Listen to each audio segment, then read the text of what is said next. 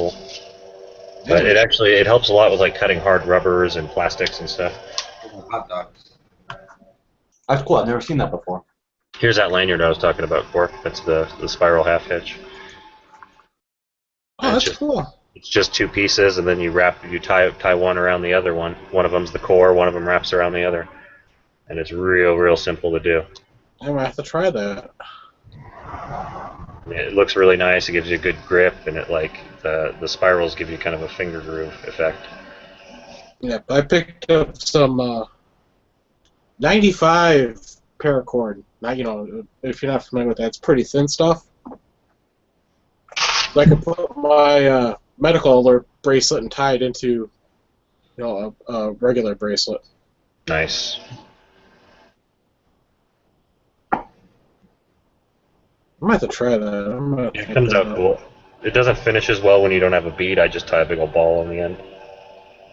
But yeah, there's ways you can finish it up with like a double diamond knot or. Yeah. See, that's my thing. I'm not super big into knots. This is something I learned for wrapping like sword sheaths and stuff.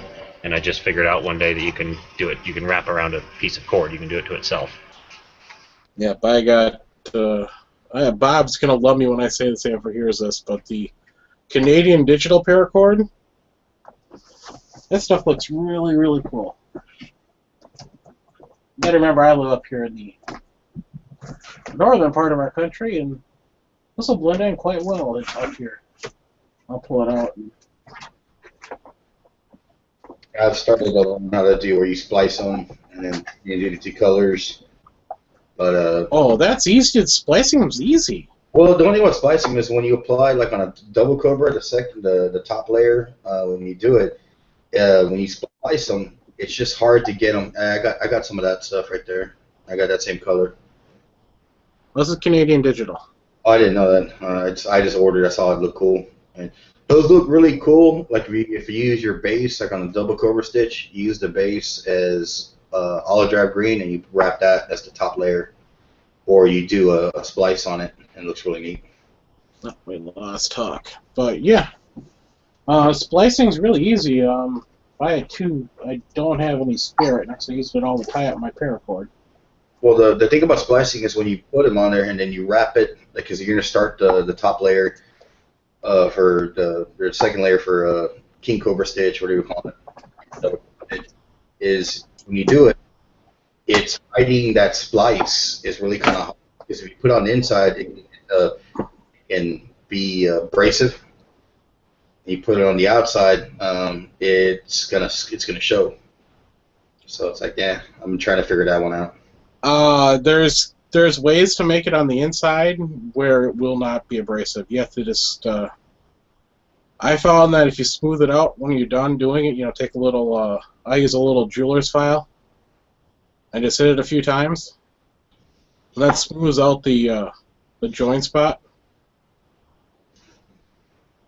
And it's not, it's not rough. You can take and use a little bit of sandpaper. Yep. There are ways to do it, and I also found that flat pliers, the ones that are flat and smooth. Yeah, that's what I use to start them off now. So any ends that when I start a project, I'll light them all the ends up and flatten them out to be able to go through the buckles. Yep, you got to do that to go through the buckles. Then I use those paracord needles I made. So I went and picked up buckles, yesterday from Hobby Lobby, because I just didn't want to. I didn't want to order 60 of them and then wait. I hear that. They're from China. Well, actually, the buckles didn't take that long. What pissed me off is when I ordered those. Like 4 different colors in paracord, the brown, 2 blacks, and 2 digicam, like 5 I ordered. And they I ordered them like the Christmas break, and they came like January 16th. About how much did you pay per? About $4. Do you want to not have to wait and pay like $6? We have Hobby Lobby, so I need to go check them out. We have. You have to wait a few days, but it's not a few weeks.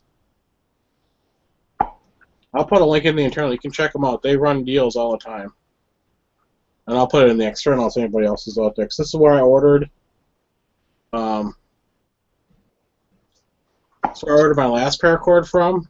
They mailed it Monday. I got it today. And I ordered it Saturday, if I remember correctly.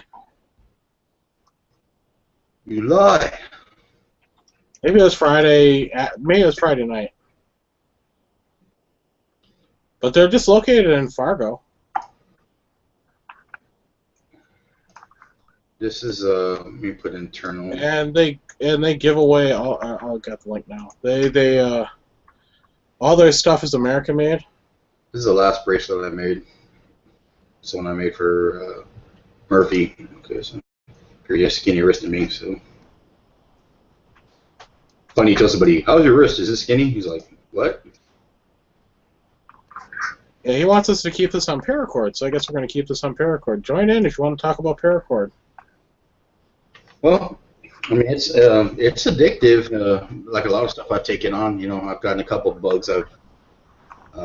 One was golf, and then guns, and then this is what I took on. It's fun. It's a little toll.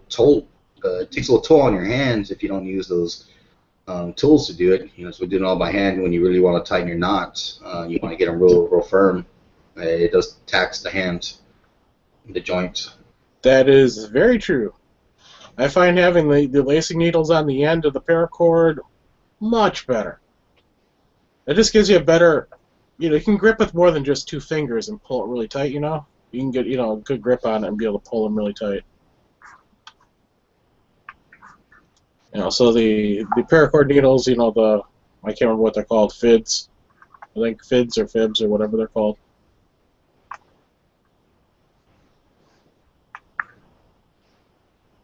That's really cool. But yeah, you check out Outdoor Bunker. It's the place I listed. Right now they have a whole bunch of paracord on sale for $4.89 for 100 feet. It's USA made stuff. How much? They offer free shipping on over $49, I think, or $50, whatever it is. But the nice thing about them, and I would talk about this a little bit here, is when I did my order from them, my other 3 were over the length. You know, I asked for, you know, ordered 100 feet. One I got 109 feet in change. The other one I got like 101 foot, and you know, the other one was just a couple inches over 100 feet. But one was short. It was only 95 feet. So I contacted them just letting them know that they only got 95 feet. And they replied back within minutes of my email. I couldn't believe it. Saying, we're really sorry about that. You know, all our cord is measured out by hand. I can give you 2 offers, and one was basically return the cord at our cost, and we'll ship you out a 100-foot length that will make sure it's 100 feet, or we'll just send you 10 feet free. So I went, I'll take the 10 feet free. I get 5 extra free feet. Yeah, that's pretty cool from a company. And they said, okay, we'll have it out to you tomorrow. You know, I did that this evening. It was like 4 o'clock in the afternoon. But they also offer sales, too, where you can, I got the coupon code. One of my cats knocked it over. I don't know what. But you buy 4, you get 100 feet. You get 100 feet of the, you know, you buy 4, you basically buy 3, you get 100 foot free.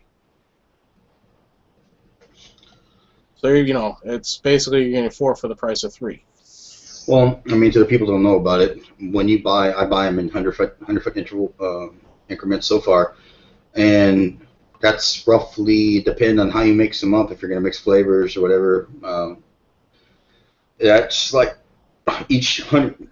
You typically need anywhere from 10 to 20 feet on a bracelet, depending if it's a simple Solomon or Cobra stitch, or if you're going to do the double King Cobra stitch, you can get up to about 18 feet to 20 feet of paracord in that bracelet. So if you think about it, you know, each 100 feet, depending on how you mix it up, can be anywhere from 10 to 20 bracelets. Or another project, you know, working a rifle sling or something, catering to some other special need that you have. You know. That is true. My bracelet's to make one that's just a 2-strand. You know, you can get in a 4-strand, 8-strand. You know, but a typical 2-strand, like a Navajo weave or something like that. For my wrist, I use 12 feet of cord, and I always end up with about 6 feet extra, and that's total. Or it's not 6 feet, 6 inches. Yeah, it's been my experience that most folks have a 7-inch wrist. Some, obviously my wrist used to be bigger, and maybe you go 7.5, 7, 8 inches. You also go a little bit bigger when you're making the bracelet, but it's something you want to figure out when you're, because it sucks if you cut the fucking cord and you're trying to finish the bracelet up and you're short. Yeah, and now if people are out there thinking about channels to watch and do these weaves, I'm going to give you a couple of recommendations. Tying it all together. He doesn't talk or explain anything. He just shows you. Well, there's nice music playing in the background. It's really relaxing to watch his videos. And then board paracord's another one, but he talks you through the steps. So if you're looking at your cord and trying to do it and not watching the screen, you can actually listen to him do it as well. So those are two I normally watch. Yeah. And they do their own books and everything else, but yeah, I mean, there's some going sort of a classic, Solomon style knot, to where you always got to cut an end off to start, to use the paracord in events of emergency or need. They have all these new knots that are really neat now that you can use, and these really cool looking bracelets on top of it where you just basically undo one little knot at the end and it just falls all off in one even stream, and you don't have to be freaking untying everything. They're really cool knots that they've and systems they've come up with. It's really, really sweet. yeah. And by the way, if you plan to do this a lot, you can buy 1,000-foot. I'm trying to remember the name. Spools. There we go. 1,000-foot spools of it.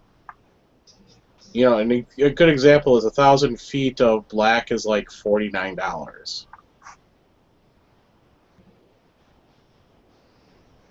That's not too bad. I mean, most of anything you buy in bulk, you usually get a discount with any kind of thing, and any kind of cable, even electronics.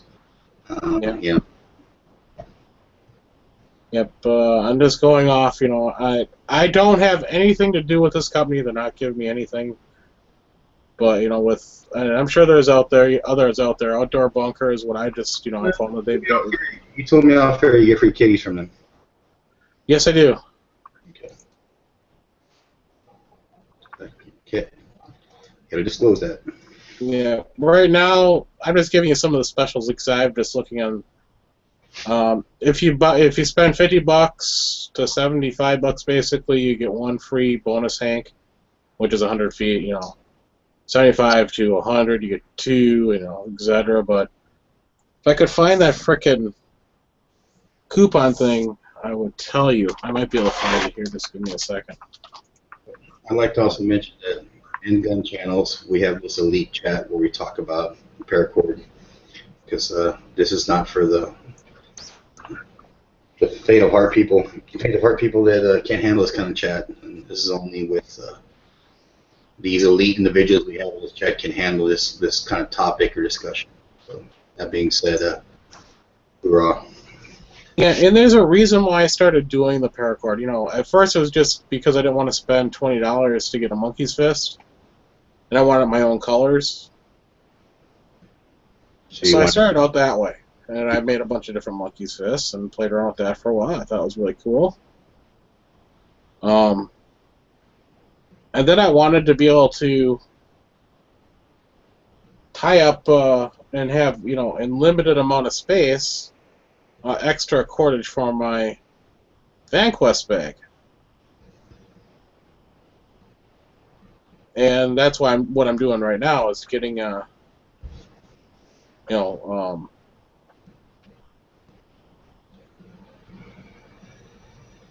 you know, a bunch of cord into a small tight package. It's gonna just unravel in seconds. Well, I remember when I bought my first paracord bracelet in 2010 at the gun show. They weren't cheap. I think Huck was saying they were upwards of like 20 something, maybe $30. Some people were charging for them at the time. What's that? The paracord bracelets, like about 4 or 5 years ago, what the price was going for them, for like a. Yeah, I had a buddy that made them for $40 a pop. And And the promotion code, I got it now. The promotion code for Outdoor Bunker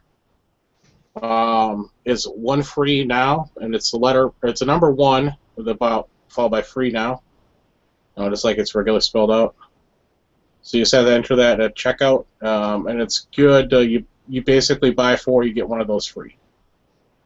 Buy 4 100-foot lengths, you get 1 free. On that topic, 4 or 5 years ago, the paracord market wasn't flooded with Chinese paracord either. It was actual, like, a lot of it was military grade 550 cord. Nowadays, I mean, you can get paracord at Walmart, and it's thin and it's brittle, and it's just a totally different product. Right. There was a reason they were more expensive back then, because all of it was made with the top quality materials. Right now, the place I'm talking about is actually they only use American-made paracord. It's made in the USA, so you're getting good stuff. And this may not technically be military use paracord. By that, I'm saying that they may not have the color strand woven into them, but they're still tested out to 550 pounds, and you could even be better than that. Yeah, I mean, I bought all the stuff for the recent orders I bought were all from China for the most part, and I didn't notice a direct difference of strands. The strand count was the same. I don't know. I mean, 550. I thought it's 550. It's a standard, but I could be wrong. I don't have that much experience with it yet to be able to make that kind of statement. Yeah, 550 is not all 550 is created equally. I found that the Chinese stuff, at least from all of the stuff I've been looking at, is not made to the same quality. People have done tests with it on YouTube. You can actually Well, it's not even. watch a video. They actually put weights, weightlifting weights on them, and they break at like 300 pounds. It's not even just that. It's the look and the feel of it. It gets shinier. It's not as heavy feeling. It's thinner, and it kind of creaks like cheap plastic when you roll it in your fingers. It's just a lower quality product altogether. I bought probably 4 or 5 different kinds from Walmart in one trip, and all different brands from all different sections of the store. And the stuff in the craft aisle is by far the cheapest, nastiest stuff. It comes in little packs with. I mean, it'd be great for practicing because it's not expensive, and it comes with the buckles and the teach you how to do the knots and stuff.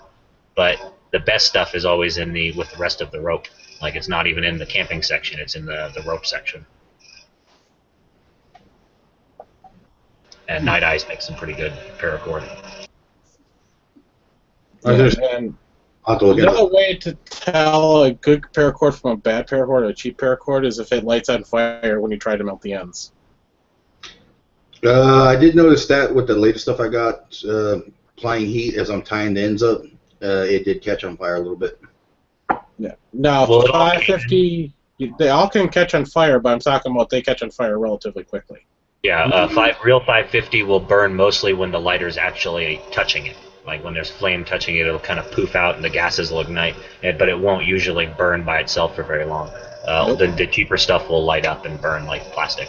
When I tie off the ends, I burn off the ends. I usually give it to where I try to melt it back to where everything's kind of liquefied, and then push it down with like like my needle nose or whatever back into the bracelet to make that end fatter so it won't go back into the knot.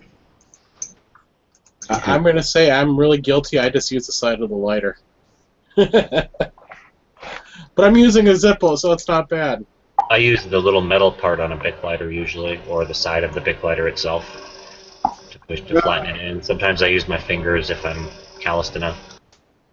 I tried that, but that little, it just didn't work as well. So I was like, I'll heat it up and get it nice and wet, and where it's liquid. and then just pulling those pliers I have and just kind of roll over it on with the side of it. And, another trick a lot of people don't know is if you're not using paracord for deployable purposes, like if you're wrapping something with it or something like that, a lot of it's glued down. Like the knives you see that are paracord wrap, a lot of them glue the handles down. A lot of them will put they'll put little cuts, like almost like jimping in the spine of the knife under the paracord, and that'll hold the paracord in place. Like if you're using it for other than deployable, reusable paracord, one of the things they do to hold it in place is glue the crap out of it. I was watching some videos like on some of the channels Corp mentioned that I'm subscribed to now, and the knife, the sword handles that they make, or not when they cover the sword handles, the paracord. So some of the designs they make. Some guys they make a real nice one. Some guys are like really into where they're like applying like 3 layers onto it to get that grip that they want. I was like, man, it was like writing a book. I'm like, damn, dude. Yep. Well, it's if somebody was going to send me a sword or a knife to be wrapped in a traditional Japanese style with the proper cord, the proper knots, I wouldn't do it for under $50-$65. It is not an easy job to do it well. Nice. This is Is just that glued down? It's glued at the ends here, and it's also melted and pushed in at the end here. Oh, a little lanyard hole, and then I glue it to the sides of the knife right here. Okay. And it's also glued every couple inches or so down, and then it's glued here. The only reason I glued this one so much, usually I'll just leave them so I can take them off if I want, but I glued this one because it's a throwing knife. It's one of the cold steels. Yeah, that's what I saw too. That you can get those pretty throwing knives that come naked, and then you can throw a nice little grip on them. Yep. And here's another example of that half hitch I was talking about earlier.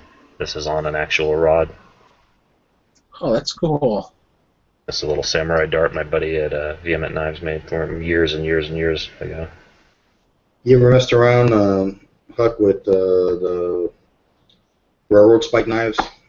Yep, I've made horseshoe knives, railroad spike knives. I have made tomahawks, but I've never made a railroad spike tomahawk, but I'm sure I could. I sent you a railroad spike quite a while ago. It was rusty as all hell, but... I'm actually thinking about starting a Kickstarter or something right now to see if I can get an induction forge and an anvil, because there's no way I can put out the thousands of dollars from my workshop's, profits. Yeah. By the way, Ed, these are the pliers I'm talking about. You can see they're just flat, wide, and that's what I use to flatten. Yep. I just use it to flatten the edge of the paracord to get them through the buckles. See, I didn't know that when I was talking to somebody about Murphy about it, because he dabbled in it for a while making with the railroad spikes. So you have to get the ones that have the HC stamp on them, the high carbon stamp, because if not, they don't work the same, or they don't work the same. Actually, of course, Hawk has a whole bunch of them. This is my favorite pair of pliers, and I snapped them. You can see the crack there. Ooh. Broke them. Well, that's these are because stamped you use USMC, them so much. which is weird. I don't know if you can see it, but they're stamped USMC. What applications have you guys seen that is blowing your mind away from using paracord? Have you guys seen anything like? I've seen the rifle slings. I've seen even which is pretty neat. I saw some cool ones at the gun show in the past for ARs. With 1-point, 2-point attachment and stuff like that. Makes good shoelaces. I've got all my boots are paracord laces. Yep. I don't know if I've been using my, I'd have too much from doing monkey's fists or whatever when I first started, so I'd have, hanks that are like, 4 feet long, which you can't do a whole lot with. So I started using those for boot laces on my winter boots, because I was just using regular laces that had rotted away, and I just kept, every time they got shorter, they went further down on the boot. So now I got paracord on them, and they work so well. And you can take the inner strands out, too, and it won't matter.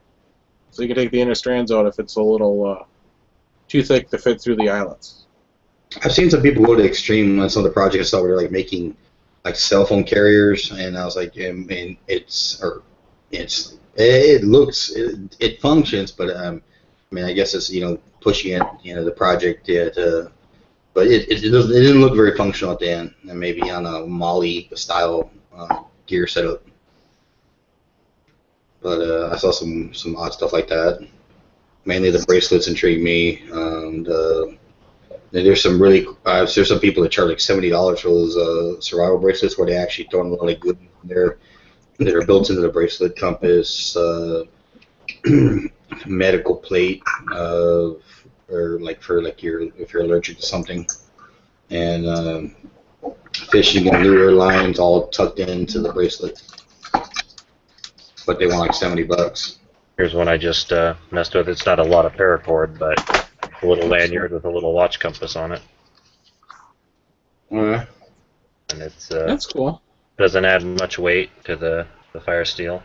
Doesn't add much bulk to it, and it gives you an extra little compass for $3, $5, whatever. Yeah, Those my, are super my easy flea to accurate.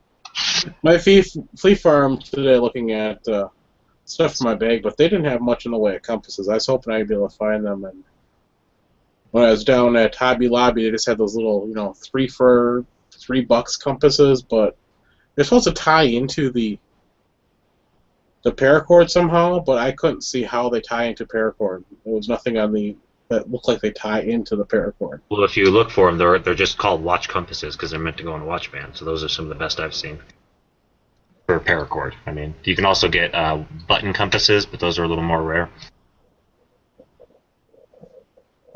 Okay. Button compass would be real easy. If you have a little round compass with no way to tie in, use a little bit of JB weld and glue like a hairpin or something to it, and that'll give you a surface to tie around or to add in the inside. Finally, a reason to buy JB weld. Super glue would do it too, but I'd much rather use something like JB weld. Yeah, me too. Super glue works great, but I wouldn't trust it on it. It's too brittle when it comes to plastic material. Yeah, there's a lot of flex. Yep. I like peanut brittle. I want to do one of those paracord braids, where you actually weave in the fishing line and the fishing hooks and the split weight. But my problem is just buying that stuff in small enough quantities. No, you prototyping in there like you fucking hook yourself, and you're like, oh, this bracelet will work out the way I wanted it to. And the hook. I mean, you can't find it in small quantities? Not up. I mean, I don't really want to buy 1,000 feet of fishing line. No, I was gonna say you can buy most of that stuff on eBay for nothing. Oh yeah, I know. I was saying that I was like a lot of small hardware stores and that cater to local communities that sell that gear that have gone out of business, and it's flooded on eBay. Yeah. Well, I'm gonna go back to that. You like tying the bracelets, which is a lot of fun. And I know we're talking about man knitting here, but it is a lot of fun to knit up those bracelets and the different patterns you can do. One of my favorite, if you're using a two-color, two-color one is the Navajo. If you're using like really contrasting colors, that's what I did my my medical alert bracelet out of. That's the weave I use. Because it's just a very sharp color combination, but there's so many you can do, and some really complicated knotting to do a bracelet and some simple. But right now, I just need to get my my stuff for my backpack done, so I get my cordage in there in a nice tight bundle.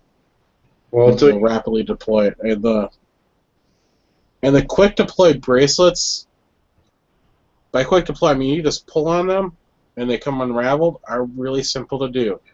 Don't go spend a whole lot of money on them. You can actually make quite a few out of 100 feet of paracord.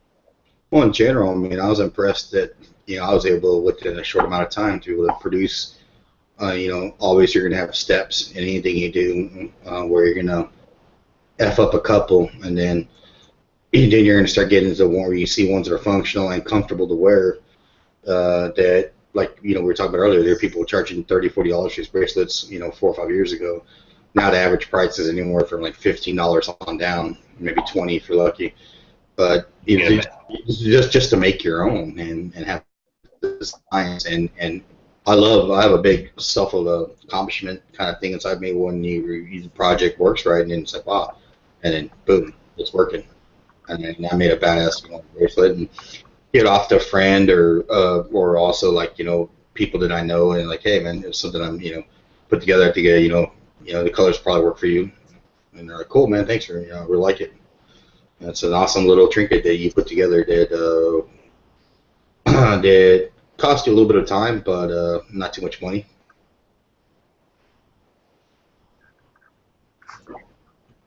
No, paracord bracelets are super easy to do.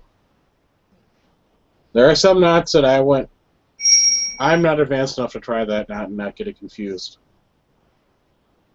And it's like you're doing 6 different things at once, trying to weave 3 different or 4 different strands of paracord, and it's like, oh my god. Yeah, you guys probably know I grew up at swap meets and stuff, traveling around. One of the things I used to do for extra money was I'd buy rolls of hemp and make hemp necklaces, little Fimo beads that your Sculpey beads. You just buy the clay and put food dye in it and make little cheapo beads. And I used to weave all kinds of shit. We made all kinds of money off that over the years. And paracord's the exact same thing. If a 12-year-old can do it, you can definitely do it. Oh, dude, it also got started with my daughter, who's going to be 11, in a month or so, getting a kit that my dad gave her from Walgreens, and then I saw her make it, and I was like impressed, like wow, that's pretty sweet, and within a YouTube video and instructions, and 10 minutes later she made a bracelet, and then showed it to me, and I was like yeah, and then she made me one, and what happened was that it was just kind of loose. I was like yeah, let me take it apart and try to tighten it up, and then I had to watch a video, and then before you know it, I bought some supplies and I was making my own bracelet. And I've learned from then on, and it's really neat. I just the applications are. I mean, I give credit to all those people that are out there sharing this knowledge. Like YouTube's always been sweet, like we were talking about the other day. People are sharing knowledge and video, and their interest, to help you do something. And that's a big community among itself, the paracord community. That you see these people making all this really cool stuff because they take the time to go and find out and design these knots and put them in this design. It's ridiculous the amount of effort they have to do that, and then share it with you for pretty much for free, and let you gain that knowledge from them and have your fun with it. Yeah, I want to start making. I've got a couple knives I can put lanyards on, and I definitely want to start doing that with the beads. We were talking about this before. They've got so many beads out there that are just so super cool. Custom beads are pretty easy too. Like I just did one with tritium eyes. It was real simple. Damn you, Hook. Simple for you. You can work with that small stuff. I'd be trying to do, like a little lanyard, skull bead, and put those little tritium tubes in there, and I'd be like, well, there's a new hole in my thumb.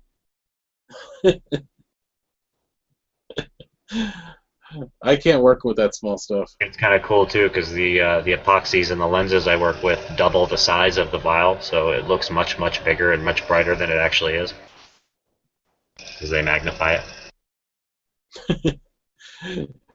Yeah, some of us have the fine motor skill that Huck has, and some of us don't. I can do stuff, but when it gets down to that kind of level, I'm no good.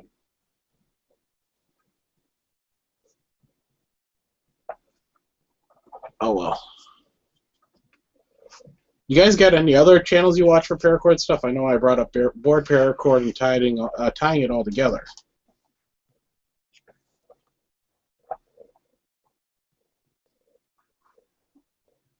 Moon? Anybody? No. Sorry, what was your question? You got any other channels you watch, that have good stuff besides, like board paracord and tying it all together? Nope. I don't know what these channels you speak of are. Oh, you never seen tying it all together? No. Oh, okay. Yeah, he's the one that G-Web's turned me on to when I started looking stuff up. I mean, I've seen some channels that are dedicated, tying stuff, but I can't follow what they're doing because they're either not doing it slow enough or they're not, talking correctly for me.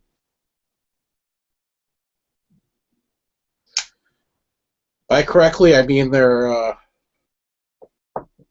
They're not giving out the instructions I'm used to hearing. Like it goes over, under, over, and around and through.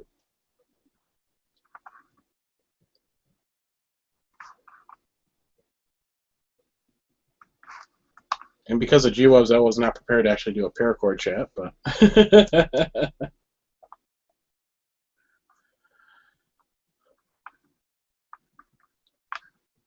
oh well. Covered like a half hour, though. More than I thought would happen when he said we should keep this going and make it a podcast. I'm here. Okay, you're here now. What other channels do you watch besides the two I mentioned earlier? It's I mean, I started just looking up how to do this, how to do that, and I don't know them because I just haven't been. I watch your videos, but it's different. With the gun community folks, I know like the names right off the bat. Them, just the popular, like the top 5 guys that are solid, that are really obviously going back and making consistent videos. Let me see who I got on my feed. I'll look real quick.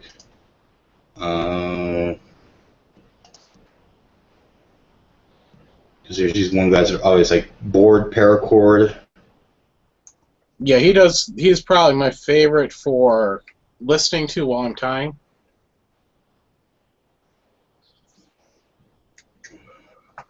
That dude, I think I've seen the most videos come up of his stuff. Some of the other guys just do it occasionally, where they'll pop up videos. I'll lock in on Huck. Look through my feed here. Oh, dang, Huck. You're showing that one again? Yeah, Cooper's mentioning the Praetorians. I figured I'd show him the Alien Blood Boba Fett Praetorian. It was kind of inspired by. Yeah, have you thought any more what you're going to do with that end piece of that glass breaker part? No, I'm probably just going to paint it yellow. Because I don't have any yellow on here yet, so. Got a little bit of red. You could go like a silver worn look. Well, that's what it is naturally. It's bead blasted. Like that's the standard finish. It's just bead blasted gray. Right. What I'm getting at there is you can get like a worn look to the yellow or whatever color you decide to do it. Oh yeah, I'm doing it to the whole thing. Like I'm wearing off spots, and like making sure the edges get nice and worn down. Turning out pretty cool. I'm probably gonna do some kind of lanyard on it. At some point. Yeah, because I'm looking at my Boba Fett helmet. Yes, I actually have a Boba Fett helmet. Nice. Yeah, exactly. This thing is cool. Not nearly as cool as the $600 real version of it. Of course not. And VF Street Fighter, they're actually VFR Street Fighter. They're actually in the. I've been posting it every once in a while in the external, so. But I sent you one personally, so. For both places, whichever you get it first. Hopefully you can come in here and help me out. But I do actually plan, as I said, I'm doing a 1,000 sub giveaway. I'm at like 900 and something. I'm not going to give the exact number out because I know as soon as I do people on sub, well, they're probably on sub right now. But I'll actually have some Paracord stuff to give away to you that I'm actually personally tying. We don't have that kind of time, Court, to hit 1,000 subs since 2 years. Well, for you it took 2 years. For me, it's going to take 3. Yeah. Picking up a little bit. Yeah, it's like, going, I went from like 800 to 900 in like no time flat. And now it's like stuck. Oh well.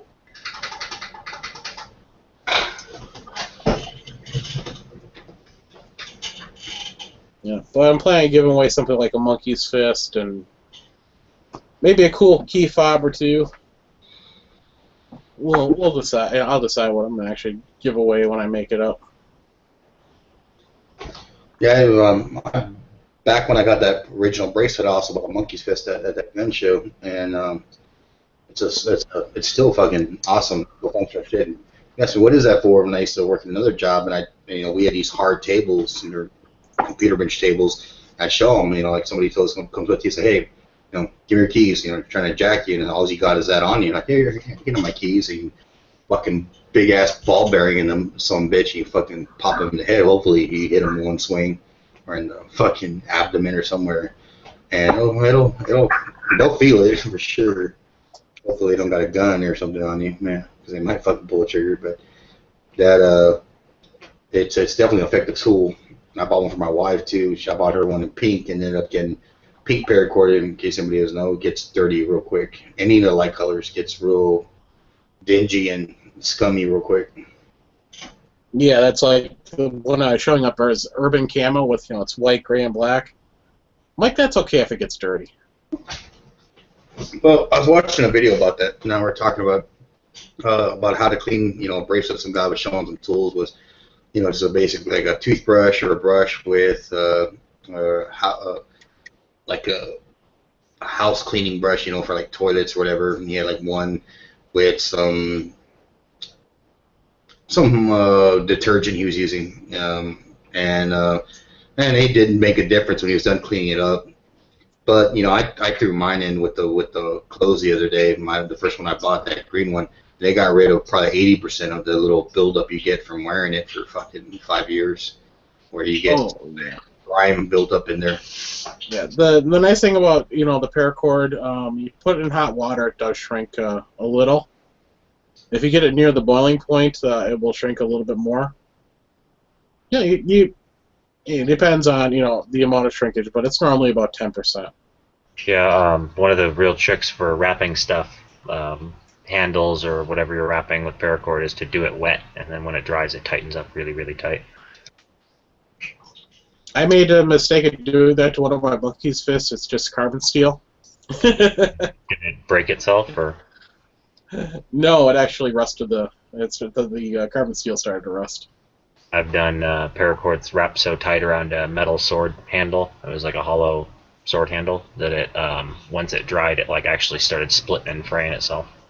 Oh wow, that is. I wrap tight and it shrinks. So. Yep. Yeah, There's a lot of force to get that stuff to start fraying. I put that bracelet in with a load of clothes that I was putting in my washer. They're modern washers, front loading.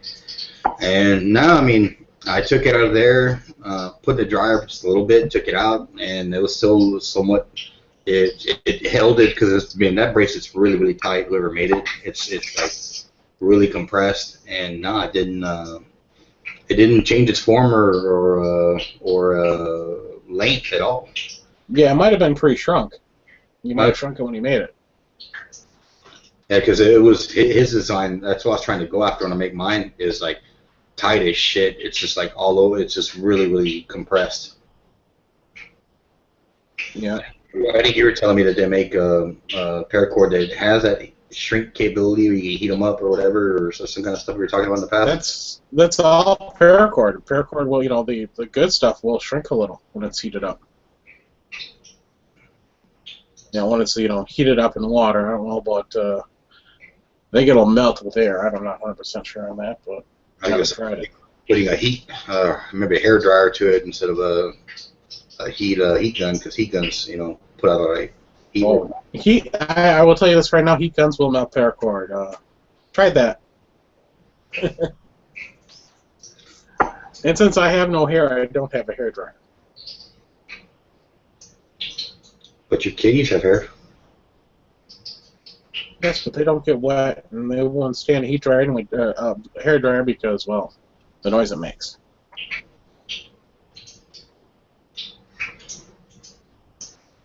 Well. Ooh. Yeah, we'll talk about that a little bit after we're done talking about paracord. We're trying to make at least part of this chat into a paracord chat, Chris. So. Yeah, I'm trying to figure out what this means in the bigger scheme of things. Yeah, that's what we'll talk about a little bit later. And the cool thing about the good paracord, I've actually taken and stripped it down.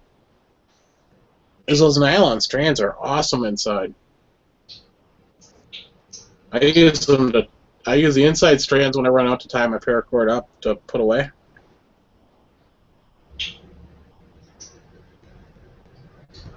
I don't know anything about that hook.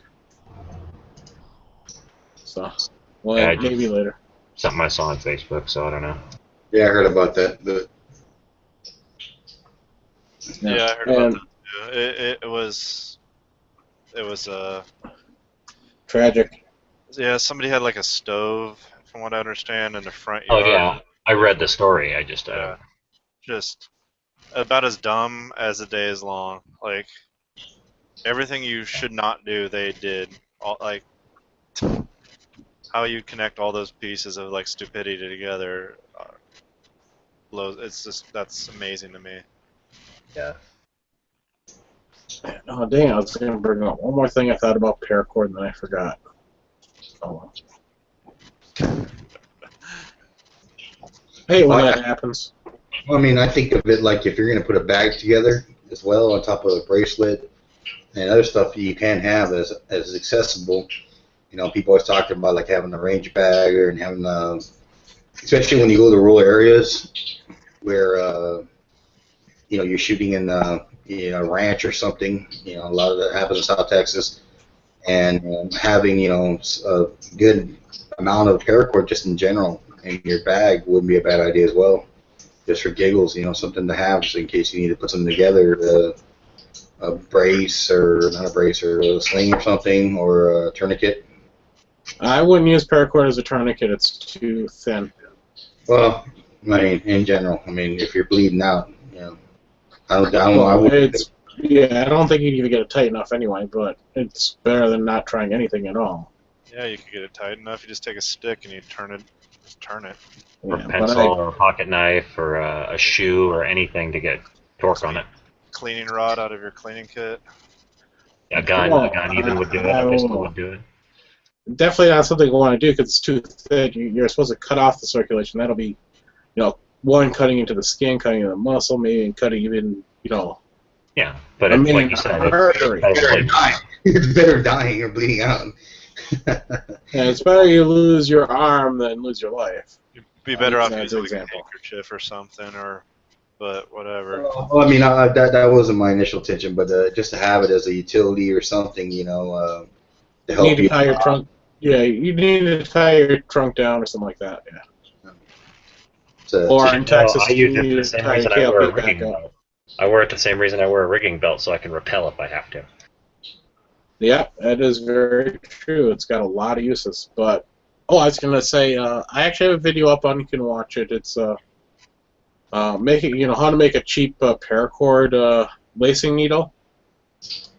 And I got all the information in the video on how to do that. But if you want to do it for like a couple bucks, which is the cost, it just takes a few minutes. And get yourself a lacing needle. If you don't want to spend $12 on a set, you can spend $4 and make your own. So don't get fallen. Oh, I got to have this brass lacing needle to do paracord stuff. You can make your own out of aluminum binding posts. Is basically what they are. And when you melt the ends, you just have to melt them into a point so you can screw it into the end of the end of the rod, and it stays in there nice and tight. I have nothing else about Paracord. I mean, yeah, I mean, knows what paracord. yeah. The only thing I'll tell you is if people that mock it or saying they're ready to buy something instead of waste their time doing it, you got time to kill, and it's just a fun little hobby to pick up, and it's you surprised when you start thinking of how to apply it because it's like duct tape, and duct tape used to be like the thing that people used to say you can do. And MacGyver always carried a roll of flattened out duct tape in his pocket. It just is a real neat tool you can just start applying to all kinds of shit, and it just really it's as big as your imagination. Yeah, people that make fun of paracord bracelets or people that do that kind of thing have never had their car towed by one. We buy the roll. Like they have these big. I don't know how many feet are in the roll, but they would just hand out rolls of paracord to us in the army, just like these big spools of The it. gallon jug size, or Yeah, they're like I don't know. I think it's like 250, 300. Yeah, it's hundreds of feet. They just hand them out to us, and The that, 5-gallon bucket size is 500 feet. So I know that for sure. no, it was smaller than that. They're like Yeah. 200, 250, but like yeah, that 100 mile hour Try that again. 100-mile-per-hour tape. Like, you know, you'd have a shank of paracord and a smashed roll of 100-mile-per-hour tape in everybody's pack, because it would come in so fucking handy at any given time for anything. I've seen people like, they say, well, you got a Paracord bracelet. Are you printing one of those kind of prepper people? No, but it does serve a purpose, and it's neat to have it, and they look cool on top of that. That's the selling point, is that you can make something that looks cool and is functional, and who doesn't want that? I think they're awesome, and you can really find all kinds of, again, application stuff you can throw it into, and I remember when I was in middle school growing up, and people started the bracelets, the little friend bracelets you make out of, like, they're basically like braided bracelets you would do, and they would always like do it on a clipboard, and that was like you make one for a friend, that shit, and that was like the big thing back in those days in the 80s. Oh, here, I made you this bracelet, and you make me one? No, I don't like you. You're not cool, fucker. Anyway.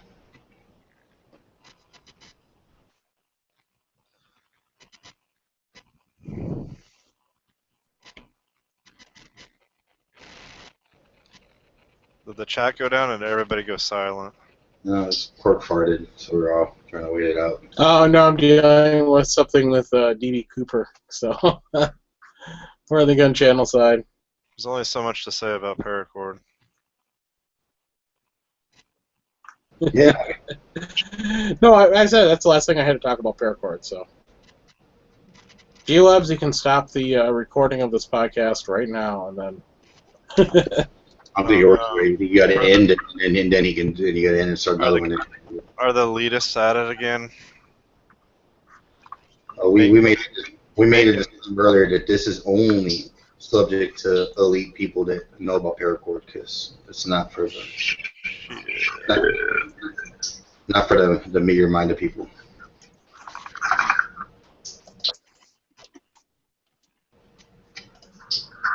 Okay, well, G-Labs, is this worthy to be made into a podcast? Let me know before we start talking about anything else. But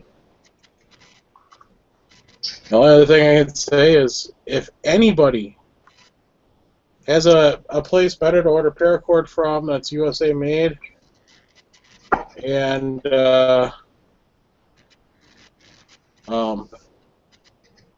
it's good quality stuff, let me know the website. I know about Outdoor Bunker. They did me right, so. It's legit. Just let me know. So I haven't heard anything from G-Web, so let's see what he said. This work is too legit to quit. Oh, good fucking lord. Oh, okay, he said just keep going, I can edit the audio. Okay, that's cool. So I gave him a place to kill. Now we can talk about other stuff. About them hot dogs.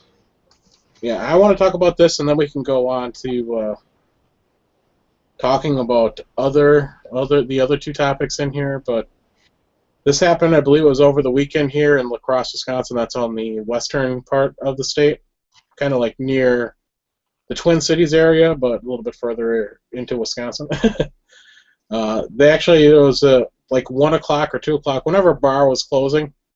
I don't know the time bars close here, but armed robber came in there, and one of the patrons there pulled out a taser and didn't even use it on the robber, but pulling out that taser scared the robber away. The police are called, and now this guy who's basically being quoted as, by some people as a hero for pulling out a taser. Talking about a real taser or a stun gun? What the report says is taser, but it's probably a stun gun, would be my guess. So the stun guns do really get your attention. That clasp that they make, that audible sound they make, does like what the fuck is that? Yeah, the article I read said taser, but again, this was not a pro-protection article per se. It was not anti either, but it was definitely a little more liberal end of the spectrum, so they definitely didn't have any knowledge. My guess would be a stun gun. Because to order a taser, to get a taser in this state is pretty impossible unless you got a concealed carry. The actual brand name taser, and you gotta do everything because there's very limited places that sell them. And they're about the same cost as a gun for the most part. Yeah, pretty much. Well, what happened when the police were called? They show up, they arrest the guy for using a taser.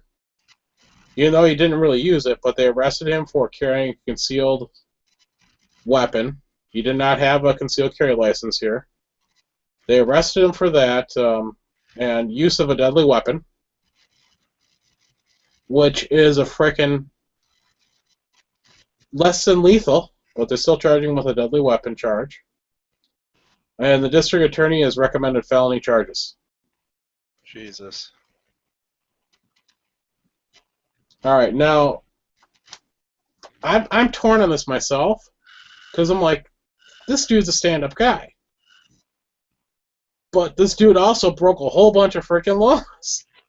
Yeah, on the topic of the deadly weapon, I think it should be changed to like all around. I know this is kind of broad, but I think it should be changed to assault with a tool instead of assault with a deadly weapon. So whether or not it's a taser or a can of mace or a stick from the ground or a knife, there's no distinction.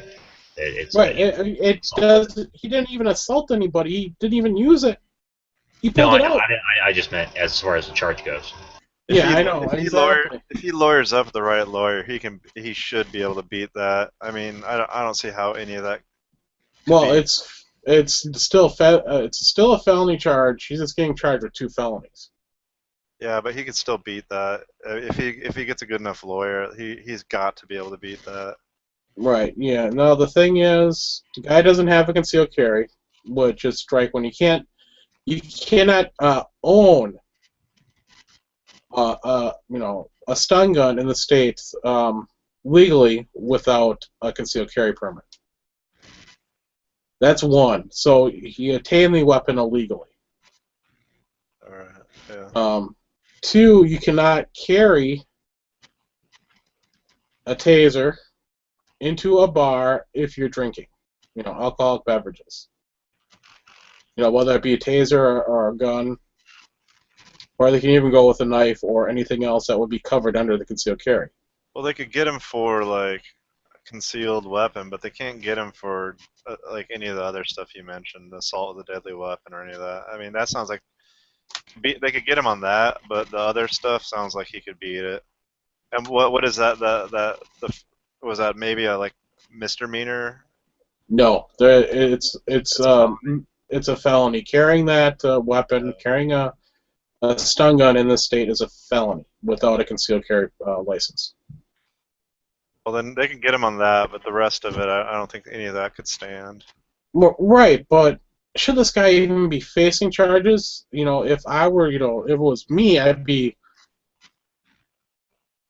Okay, here's the police chief. We're you should really be charged this. We're just going to charge you with this misdemeanor crime instead of the felony. Of course, I mean that would be common sense, and that's what's lacking in today's law enforcement. It seems to be common sense. Maybe I shouldn't choke this dude to death, or maybe I don't need to arrest this lady who was speeding for having a concealed handgun with a concealed handgun permit, even though she just crossed the border into my state. There's a lot of common sense stuff. The days of the cop, like, you kids shouldn't be drinking and pouring out your beer in the gutter are long gone. Now they just arrest your ass. Some of them, yeah. I mean, but yeah, no, I'm not gonna say all of them, but there seems to be a growing. You see a lot more of these cases that should have never even been like the person should never have been arrested. No, and sadly, I did not. When I heard about this, I was actually in my car and I called the radio station, Milwaukee station, and was on hold when they changed the subject, and I dropped out. I would have so loved to talk to him because even the guy who is pro firearm, this guy is pro firearm, but he's one of these who never carries with a round in the chamber when he did carry. So he's one of the wimpier, but he is pro rights, but he was getting even the laws wrong.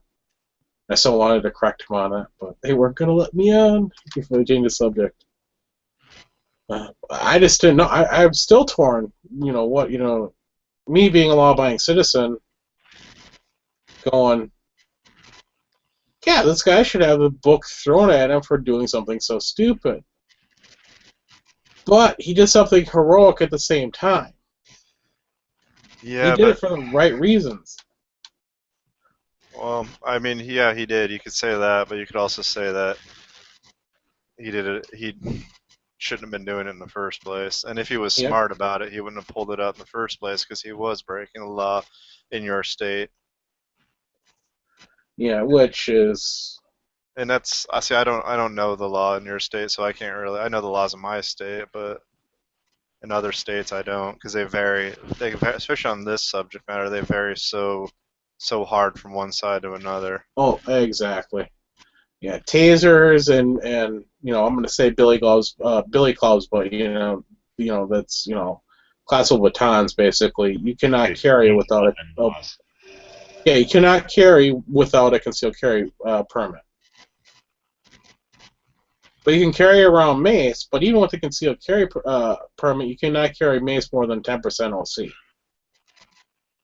And it cannot be more than, I can't remember the milliliter size canister either. I mean, it's a small amount. So Wisconsin does have some lame laws like that. Yeah, sounds like I couldn't use that cold steel pepper spray. That's illegal in the state. But I can use only certain red sabers. yeah. I've Another started thing too. campaigning against cold steel recently. Well, they went to a lot of that 4116 German steel on a lot of their knives, which is crappy. Well, they also went to completely lack of quality control Taiwan production for everything. Like when they first went over there, they were watching them really close, and they did some really decent stuff from Taiwan. And then just as it goes on, I've in the past 6 months I've done a bunch of the exact same Tanto knife, and they've gotten progressively worse. Every one I've gotten is a little bit worse. And Which Tanto? the Kobun, Ah, okay. it's one of my favorite knives they've ever made. It's one of my favorite designs, and they've just gotten slowly worse and worse and worse. Every generation is different and crappier. Same with the machetes. I mean, the original. I've got a kukri machete that is like one of the toughest blades I've ever owned. And then I played with a new one recently and remodeled it for a guy, and it was soft steel. It was rolling and denting and. Wow. Thank you. The Copas machete that I have I got lucky. I got a good one. But I've tried the kukris twice now, and they've been complete shit. Well, see, that's the problem. Is that I know people that just bought one, just ordered one from Amazon, and got one of the old ones with the craton handle that's all rubbery and nice, and like, it's a crapshoot because there's old stock around. People that ordered thousands and thousands of the kukri machetes because they were selling by the thousands, and now it's just a crapshoot whether you're going to get new product or old product. Yeah, and aren't the kukris and stuff actually made in Africa? Yeah, some of them are made in South Africa. I don't know about the new ones or not. Because I think they moved that stuff because it's actually, I know they make some knives in South Africa. And that stuff really, is horrible compared to the stuff they make in Taiwan. And this isn't like a brand thing or like a loyalty thing either. I love them. Like I've got a Recon Tanto that's made in Japan that is fantastic. I've had other knives. I've got the one I got from you, Cork, happened to be really nice and held a really good edge. The folder, the Spartan. The Spartan, yeah, Spartan's awesome. My Tylight's freaking awesome. Yeah, but I got a couple of them that I wasn't too pleased with that one back too. I had a buddy that took a full size tie folder or whatever through 3 tours, and never had any failures at all through it. I mean, there was no finish left on the blade whatsoever. It was all shiny from how much had been used. Still, the blade hadn't lost any profile or anything. Yeah, I carried a cold steel Tanto, a U.S. made one back when you could get the U.S. made ones anywhere, and I beat the living crap out of that thing, and it never chipped, never did anything. It was perfect. And I'll start advocating for them again as soon as they get their production standards back to where they should be. Gerber has just started moving their stuff back. Buck has started moving their stuff back slowly, but Because quality is shit. People are complaining. I mean, the people will not. Can you easily make the distinction between an American-made one and a you know how you like Smith and West, or not Smith, like Springfield Armory on some of their 1911s, it'll say like made in wherever they make it, and then some will say made in the U.S. Yeah, there's no real distinction. They all, I mean, most of them say Taiwan, but as far as like a good Taiwan and a bad Taiwan, there's no real difference. You can't tell which ones are U.S. made and which ones are Taiwan made. Oh no, you can. There's definitely well, most of the Cold Steel stuff was made in Japan before it was made in Taiwan. They did have some U.S. production. You said Buck and Gerber were bringing their production back. That's kind of what I was. Yeah, they will mostly be marked from now on. Like Gerber, what they did on their most recent one, they released at SHOT Show. They redesigned one of their popular knives. They printed the Portland, Oregon, about twice the size it used to be on the side of the blade.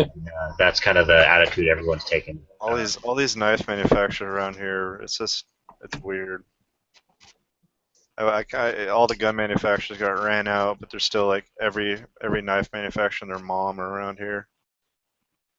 Yeah, it's crazy how long some of these companies last. On that note, again, Chuck Buck just died recently. Oh. That's a sad thing. I don't want to kill the chat, but Was he like he was old? He was getting really old though, wasn't yeah. Yeah, he was like a million years old. Yeah, 70s, 80s, something like that. Yeah. Oh, that's too bad. But yeah, I mean, hell, you couldn't ask to leave a better legacy. You made like the gold standard of knives for over 100 years. Yeah.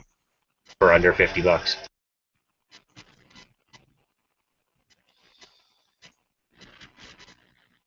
Shit, my family's made hundreds of thousands of dollars off of buck knives. We've made so many of them over the years. I've made so many of them. I mean, the custom sell for a lot more than the $50. So. Yeah, that is true. I like buck knives too. I'm glad they're bringing them back. Oh yeah. Hey, as Cork would say, hey bitches! Hey, I did that a couple times, and that was just because of Edge in the contest for whatever I know, that but guy it was is. so funny. I just have to keep doing it forever and ever. Yeah. I love the fact when Hey, I don't. Huck, how's it going, man? Never mind. Go ahead, speak, Chris. No, that's cool. I wasn't gonna say ahead. anything. Talk, go ahead. I don't care. Well, You're since welcome. we're on such a Thanks for permission, Bob. I'll be sure to use it when I get a chance. God damn it! Does that drive you nuts? Because No, I'm laughing. It's hilarious. well, It's starting to become like a familiar sound that, like, when I hear it, I'm like, oh, It's Bob. it's Bob. Even though if I heard it in a dark alley in the middle of the night, I'd probably fucking start shooting and ask questions later, Well, either that or pee yourself, one or the other. or both. Well, maybe, yeah. I probably would.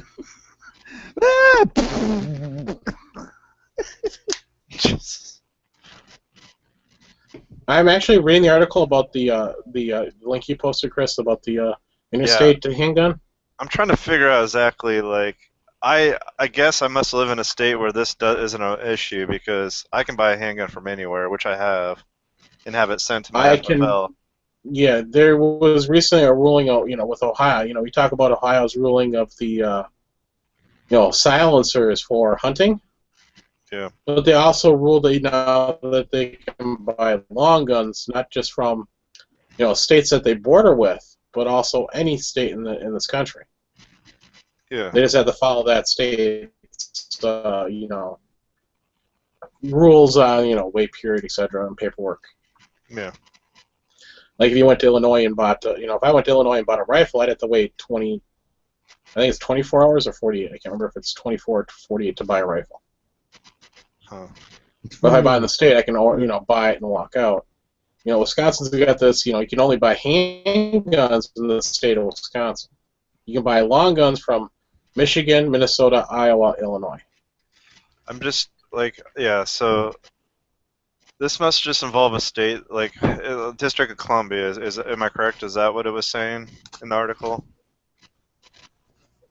Somebody Well, the tried to suit buy. was brought. Yeah, the suit was brought by a Texas gun dealer, 2 District of Columbia residents, and the Committee for for the right to keep and bear arms. So it's probably just a District of Columbia issue with the.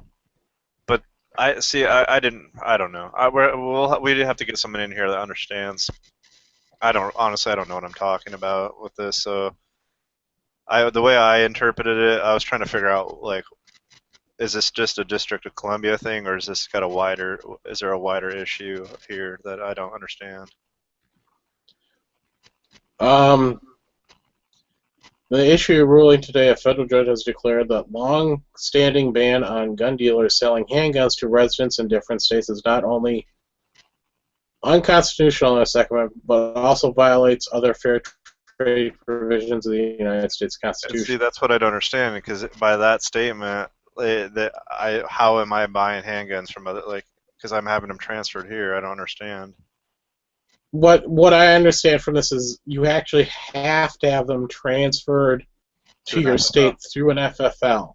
Yeah. What this allows you to do, say we go to Arizona for this get together, and I decide that I wanted to buy a Glock. I see, and then I plop down the whatever the cost is. We'll say $500. Yeah. Okay. Fill out the paperwork, and I walk out of the store with it if that's Arizona's law for waiting period on handguns. I see. If I were to do that, that would be illegal. Yeah.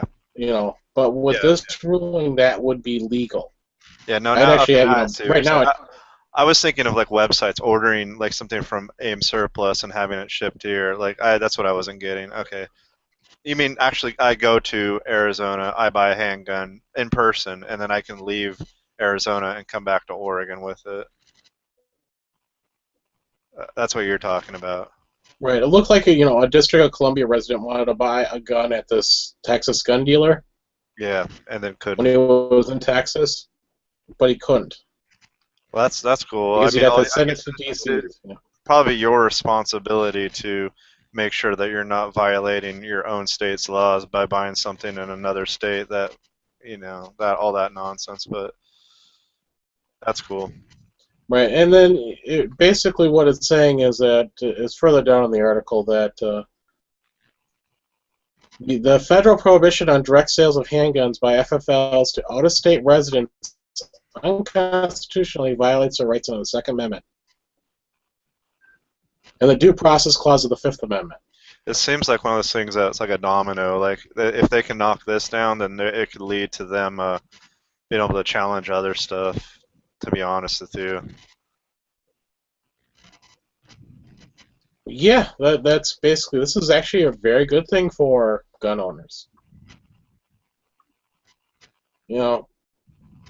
Should probably, I'll put the link in the external so everybody else can see what we're talking about. Yeah, because I'm actually reading this while I'm talking to you, so. Real quick, I'm going to do some before and after here. I'm getting ready to engrave this guy.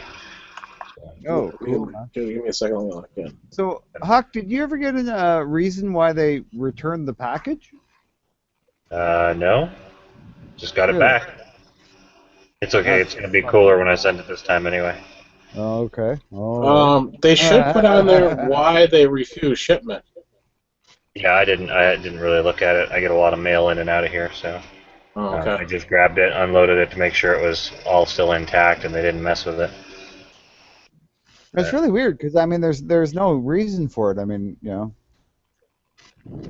Yeah, I had I've actually, it was shipping to somewhere else there, right outside of there. I don't remember the name of it, but they had trouble too, and delivered it to the wrong town, and then it came back and went to the right town, and so. Yeah, and right now we're fighting for home delivery, right? Because the government wants to close down home delivery. They don't want people to get their mail at home. I don't know what the real deal is, but I was just reading something a while back about how they're dropping national standards for everything but express mail. So priority mail and first class mail and everything, there's going to be no quality control, no guaranteed delivery dates or anything like that. I've got priority mail that I just sent less than 150 miles from me that's taken over 2 days now. So, and Really? it's supposed to be priority 2-day. I paid $6 or $8 for it, and it's still not there. Yeah, see, that's crazy. Like, we still have that here, but I mean, you know, we're having to, you know, the union that supports the postal workers is like, you're getting things in the mail that say, you know, put them in your window that say, I support home delivery, because what the post office wants to do is have just every 4 or 5 blocks, they're going to have a whole bunch of post office boxes stuck on the street corner, and people are going to have to go get their mail there. And they're saying, like, what are seniors going to do in the winter? You know, are you kidding me? Well, Huck does that. Well, yeah, but I mean, like, people who have, like, lived out in the country all their lives and now have to live in the city because they're, like, 90 years old shouldn't have to walk 4 blocks through the snow to get their frickin' mail. I mean, it's just ridiculous. I mean, I don't have a problem with paying $1.60 to mail a letter. You know. Yeah, and I want to talk about priority mail. It's so you know, like the package I just got from Outdoor Bunker. Yeah. Shipped Monday. I got it today. The expected delivery date on USPS sent priority 3-day mail. Mhm. Expected delivery date Friday. For you know, 3-day priority. And I actually talked to the postmaster. Yeah. About this, 'cause I had a package that I shipped out that took like 5 days to get there and was sent priority mail. And she said, well, USPS, since we've cut down so much to, you know, because they're losing so much money. Yeah. That priority mail is basically, you know, that 2 or 3 day is just, well, hit or miss. I can't listen to you anymore, Quark, because Huck's got this really cool knife, and it's Yes, just, I know. I'm looking at it too. Yeah. That it just isn't happening anymore. shiny. Yeah, right now, I used to be able to send a letter in the state, you know, just a regular first-class letter in the state, and it would get from Green Bay to Racine, which is southeast. You know, it's 150 miles away. Yeah. We get out there overnight. Now it's taking 2 or 3 days. Well, I know, because they can't compete with emails, right? They're getting less and less mail, so it means they get less and less money. That's why they have to charge more. Well, they charge more. They shut down a lot of, hubs. And just people who retire, they don't replace. Siki City, Japan. Oh, that's cool. That's a neat knife. That's awesome. Yeah. I was locked in the whole time up, so. I know. I wasn't trying to interrupt. I was just showing off. But I ignored him. Oh, I know. When I see you showing a knife, I lock in on you, whether I'm hosting a chat or not. Why am I not seeing This is cool. Because you have to lock in on him when he does it. I'm just, locking in I for know. You're to just watch. yeah. You just like to babble because you're like me. Yeah, I do like to babble. Bob, nobody's like you. You're one of a Oh, kind. bullshit, man. I am not one of a kind. There's lots of people like me. Why would you argue that? That was an 'Cause offhanded you gotta compliment. meet my It brother. was an offhanded compliment, but it's still a compliment, you son of a bitch. I know. I'm just, but it's you got to meet my brother. He's way worse than me. Oh, God. Oh God, yeah. It's the guy who used to be a Klansman. Now he's not anymore. Apparently he's liberalized, but he's still like You have the right you mean- of Attila the by, Hun. by Klansman, I'm assuming you mean Ku Klux Klan? Mm-hmm. They have Klansmen in Canada? Brothers are Grand Dragon. We've had him down here since like Where do the. you think it came from, man? His brothers is not the Klansman, he's the Grand Dragon. I Well, he didn't had the purple robe. Let's put it that way. I didn't know there were any minorities in Canada. I saw it was all a bunch of old pasty white guys and French. Oh God, no. Yeah. We got lots of native Canadians, and then they had like all the slaves that ran away from the South. I know. All I would was- come I was- to Canada. Eh? Bob, I was being a smartass. I know there are okay. people of other ethnicities. There in are Canada. people of other colors, especially now. Like now, we have real black people here, like that are actually black. unlike you guys that have black people. Oh, I'm black. No, you're beige, man. No. Tell them about the Newfies. Oh, the Newfies are the worst. Thanks for derailing that train of thought there, Edge. Man. That was going somewhere dark, and it wasn't somebody's skin color. Anyway, go on. What? By the way, Juleps cannot edit this video, so I'm going to edit the video down for him so then you can have the good part of this video to post for Yeah, I'm gonna tell you. for a podcast. Edit it down to political correctness, Quark, please. No, just, mean I have just to the say first poop? part when we're talking Paracord. Okay, Quark, in case you didn't know, you can't edit after 2 hours unless you download it and reload it to edit it. I know. I have no problem doing that. I got the ability and the time.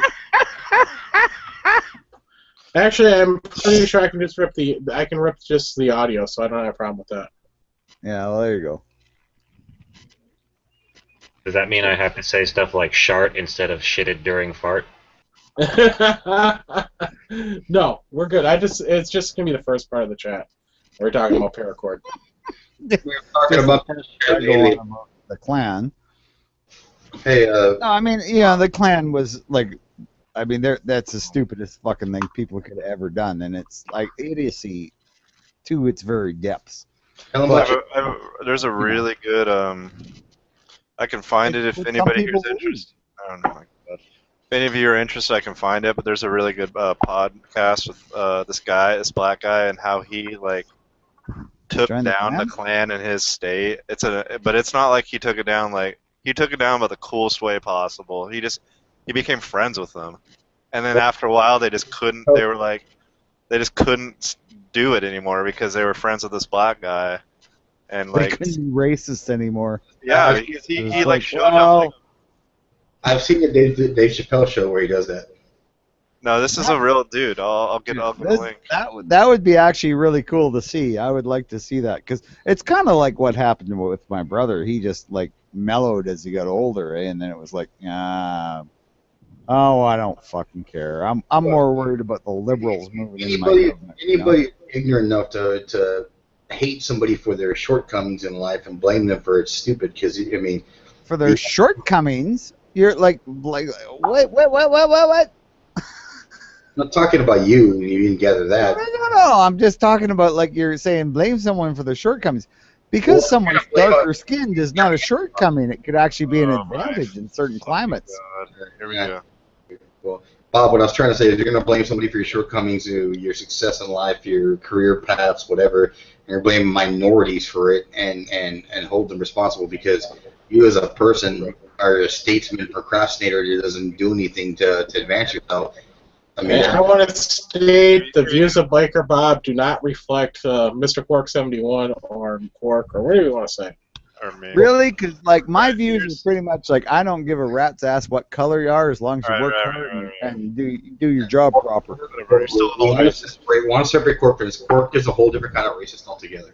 all right. So Quark is very much anti-gay and anti-dog. I mean, really, you think about it, he is... Nobody likes a gay dog, Bob. All right, moving on. Exactly. So And I mean, that's what I'm saying is, you know what? There's gay... Dogs are gay. I mean, they just are. Some cats are. Look at Quarks. My joke. I made a joke, and I just regret making that joke so much right now because Bob just rolled with it and just Bob needs a break. I've actually met my friend had a racist dog, and it was weird. I have to admit, it was kind of fucking weird that his dog hated black people, and I have no idea why. It's inexplicable how a dog could be like that. But some dogs, dude, that's just that. It's not instinctive. Something they've been trained.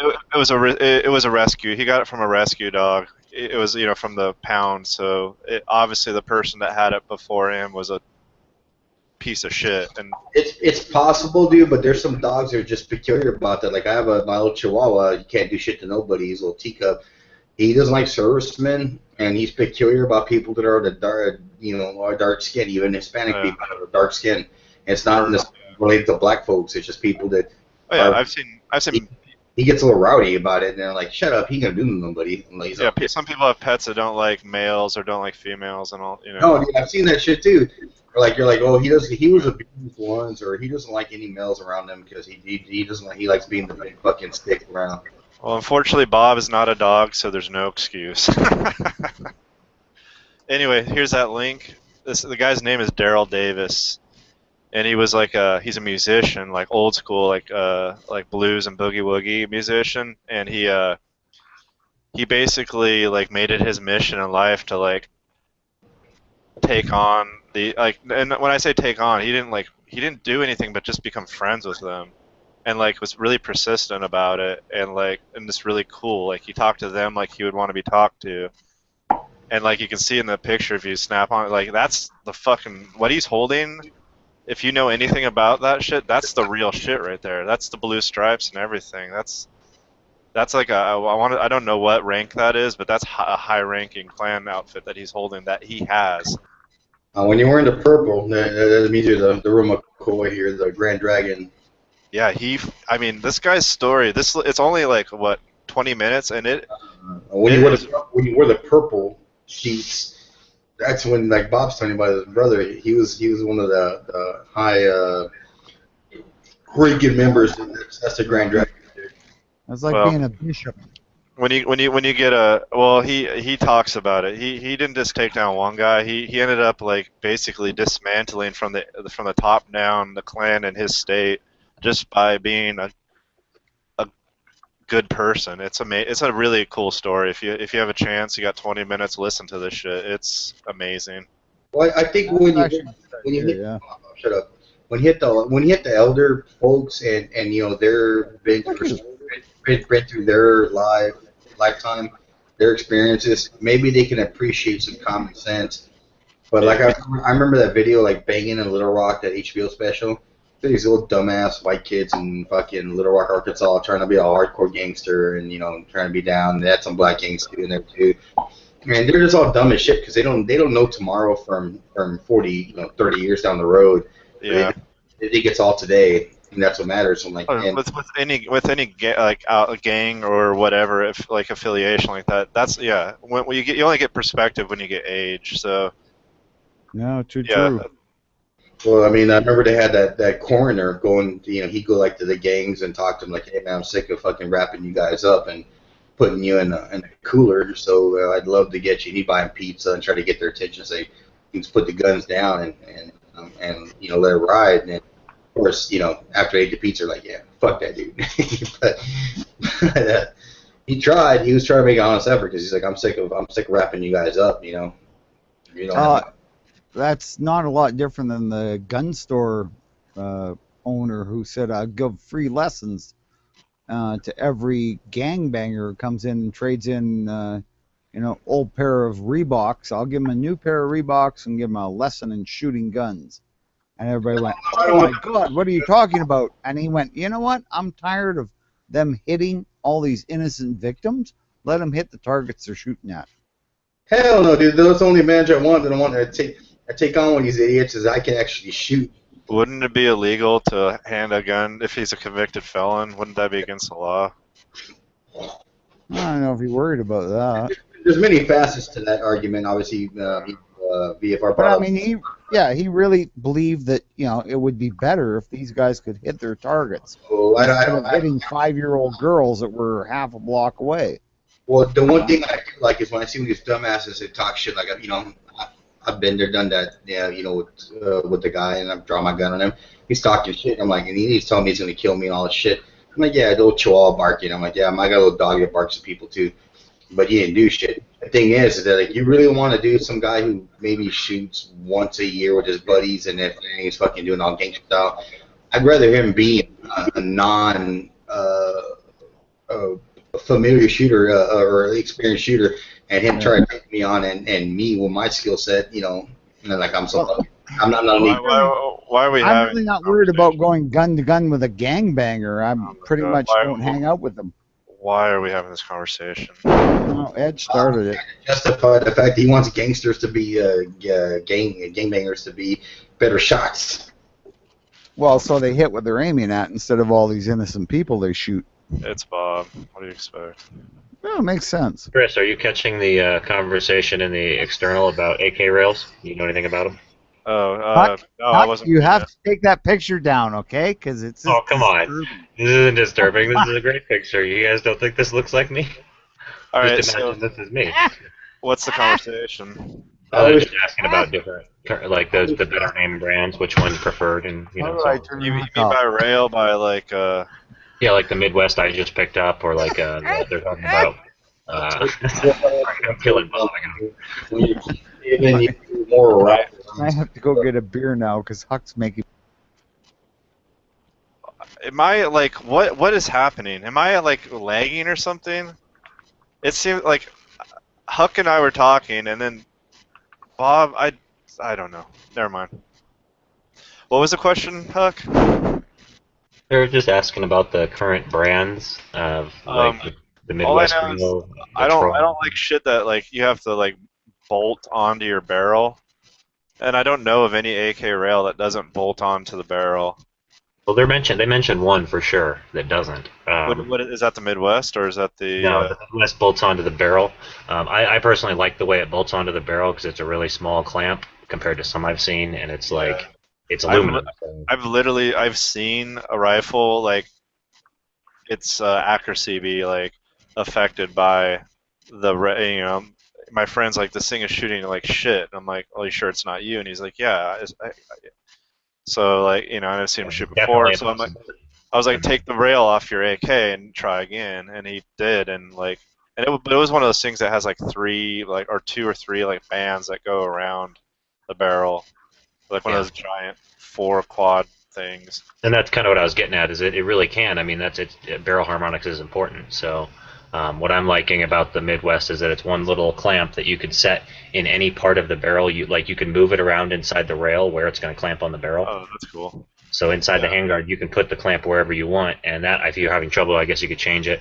But it's one piece, so the chance of it not syncing up with the steel is What's lower because it's one piece.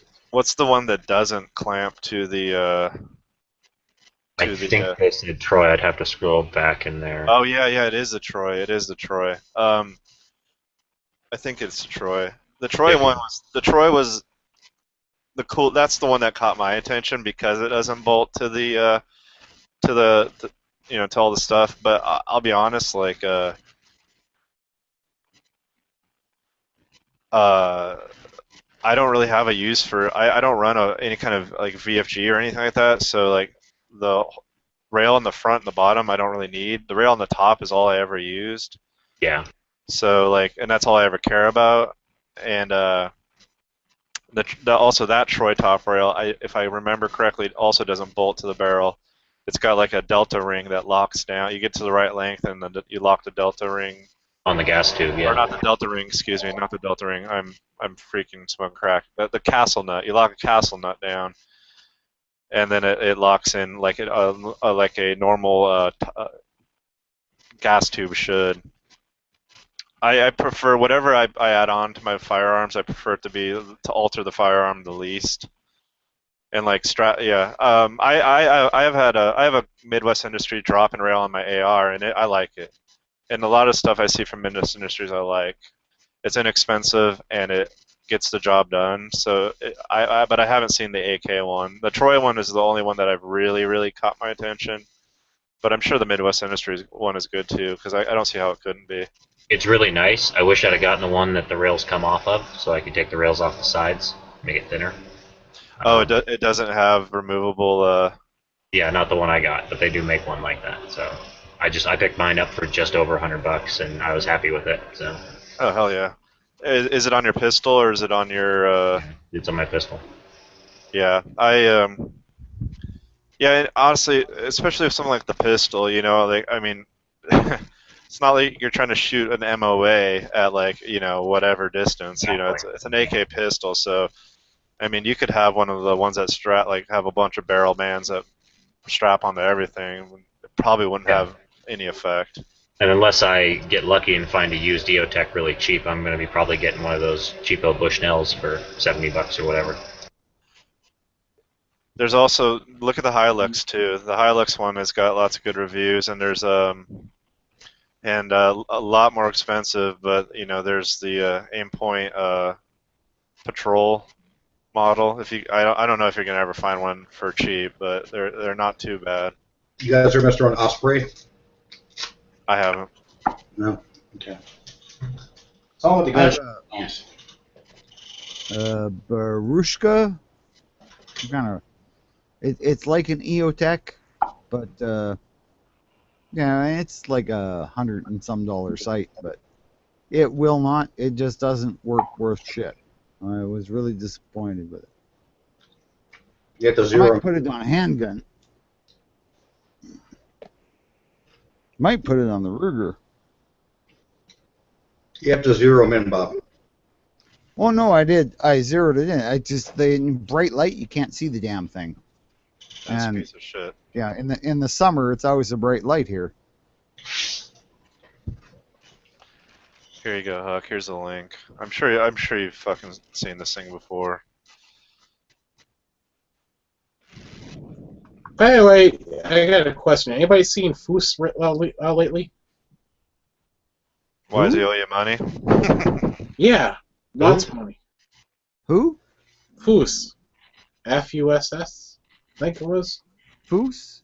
Fuss? Is that Yeah. Iranian guy who was doing like No. jokes? He's the one No. that had those cardboard silhouette targets on his wall. Foos. Cardboard silhouette targets on the wall. Yeah, he had those little, little. They look like little poppers. Oh, yeah, faintly I remember him, but It's like, yeah, he was like on chats for quite a while, quite an interesting guy, and then all of a sudden, he pulled a Nathan. You gotta get used to well, it. we know what happened. Nathan, right? Is his wife just put her foot down until like All shit right, got back Bob, together and everything got Bob, done, and Bob, do you know that for sure? pretty much, yeah. Don't. I mean, as a joke, we can make that joke. Don't start saying things about like that we don't know. I mean, seriously. According to Nathan, he's been doing a lot of reading and hasn't been on chats. Yeah, we don't need to be like saying shit like that. It's as a joke, it's funny, but like it's not Yeah. a fact. I'd imagine you get a lot of reading done in jail, so. Well, women's prison, yeah. Yeah, see, now I never said anything like that. Why do you guys gotta always take it to the extreme? Because it's a joke. Like you were like stating a fact, and we don't need to say that kind of shit. We don't know what's going on in his personal life. No, he was Oh, on the no. chat tonight if you missed him, Chris. He pretty much told us that in the chat later, but anyway, okay. I'm drinking my Negra beer. It's really good. You said What? Negra. Do you mean Negro Modelo? Negra and then space, then Modelo. Yeah, Negro Modelo. Okay, I'm just making Mondelo. sure. Bob, next time you use the name of the beer, use the whole name of the beer, not just the Okay, first Negra word. Mondelo. This just reminded me of Archer. Oh, His mom always talking about the old days dude, the fucking Negro, Bob. Negro. and go parties. Oh let God! me guess If your we were offline, favorite- I'd tell you about what my mom talked about when she was talking about like. Oh, never mind. Oh, Let me yeah. guess. Bob's least favorite nut is the Brazil nut. Oh, Jesus Christ. I got that. Brazil. I'm leaving it alone. I'm not touching that. Like, so. You have to know what they used to call. Yeah. Jesus. Century Arms is literally just like, they really think they got the thing now. Look at how much they want for this rifle. Uh-oh. They just are smoking crack. Let me see. Holy crap. I mean, yes, it looks like a really nice RPK, but Wait, is it all American manufacture or what? Actually, that's not bad. I would pay Oh that. no, yeah, you're right. It is 100%. Okay, it's a 100% Oh. American RPK. So That's the thing, is that an AR is going to be that much for a good, decent American assembled one. Yeah, I'd pay that. I I know they're different guns and there's different manufacturing processes and stuff. I'd But it's rather still have building a big American rifle. I mean, it's still. I'd rather have the real thing, just like I wouldn't want a Russian AR-15. I don't know why. It's like they do AKs good, we do ARs good. You know. No, I buy that. Yeah, I don't have a problem with that. But like Kalashnikov or Radom or any like manufacturer that wants to come over here and open up their own plant, that's a whole different story. You know what I mean? Like they can bring the machinery and the people over here to train and like tool up and get everything going. Whereas Century Arms, I don't know. I mean, maybe they're making the greatest thing ever, and I'm just ignorant to it. It's Century Arms who had a 74 blow up. Come on. I'm not saying it's even good at all. I'm just saying that I can see why they price it that way. I mean, this thing that you look at the wood on it. I mean, it's got really nice wood. Ask Yankee. He would like the wood. What? I don't even fucking know what to say to that. Oh, Yankee does like wood.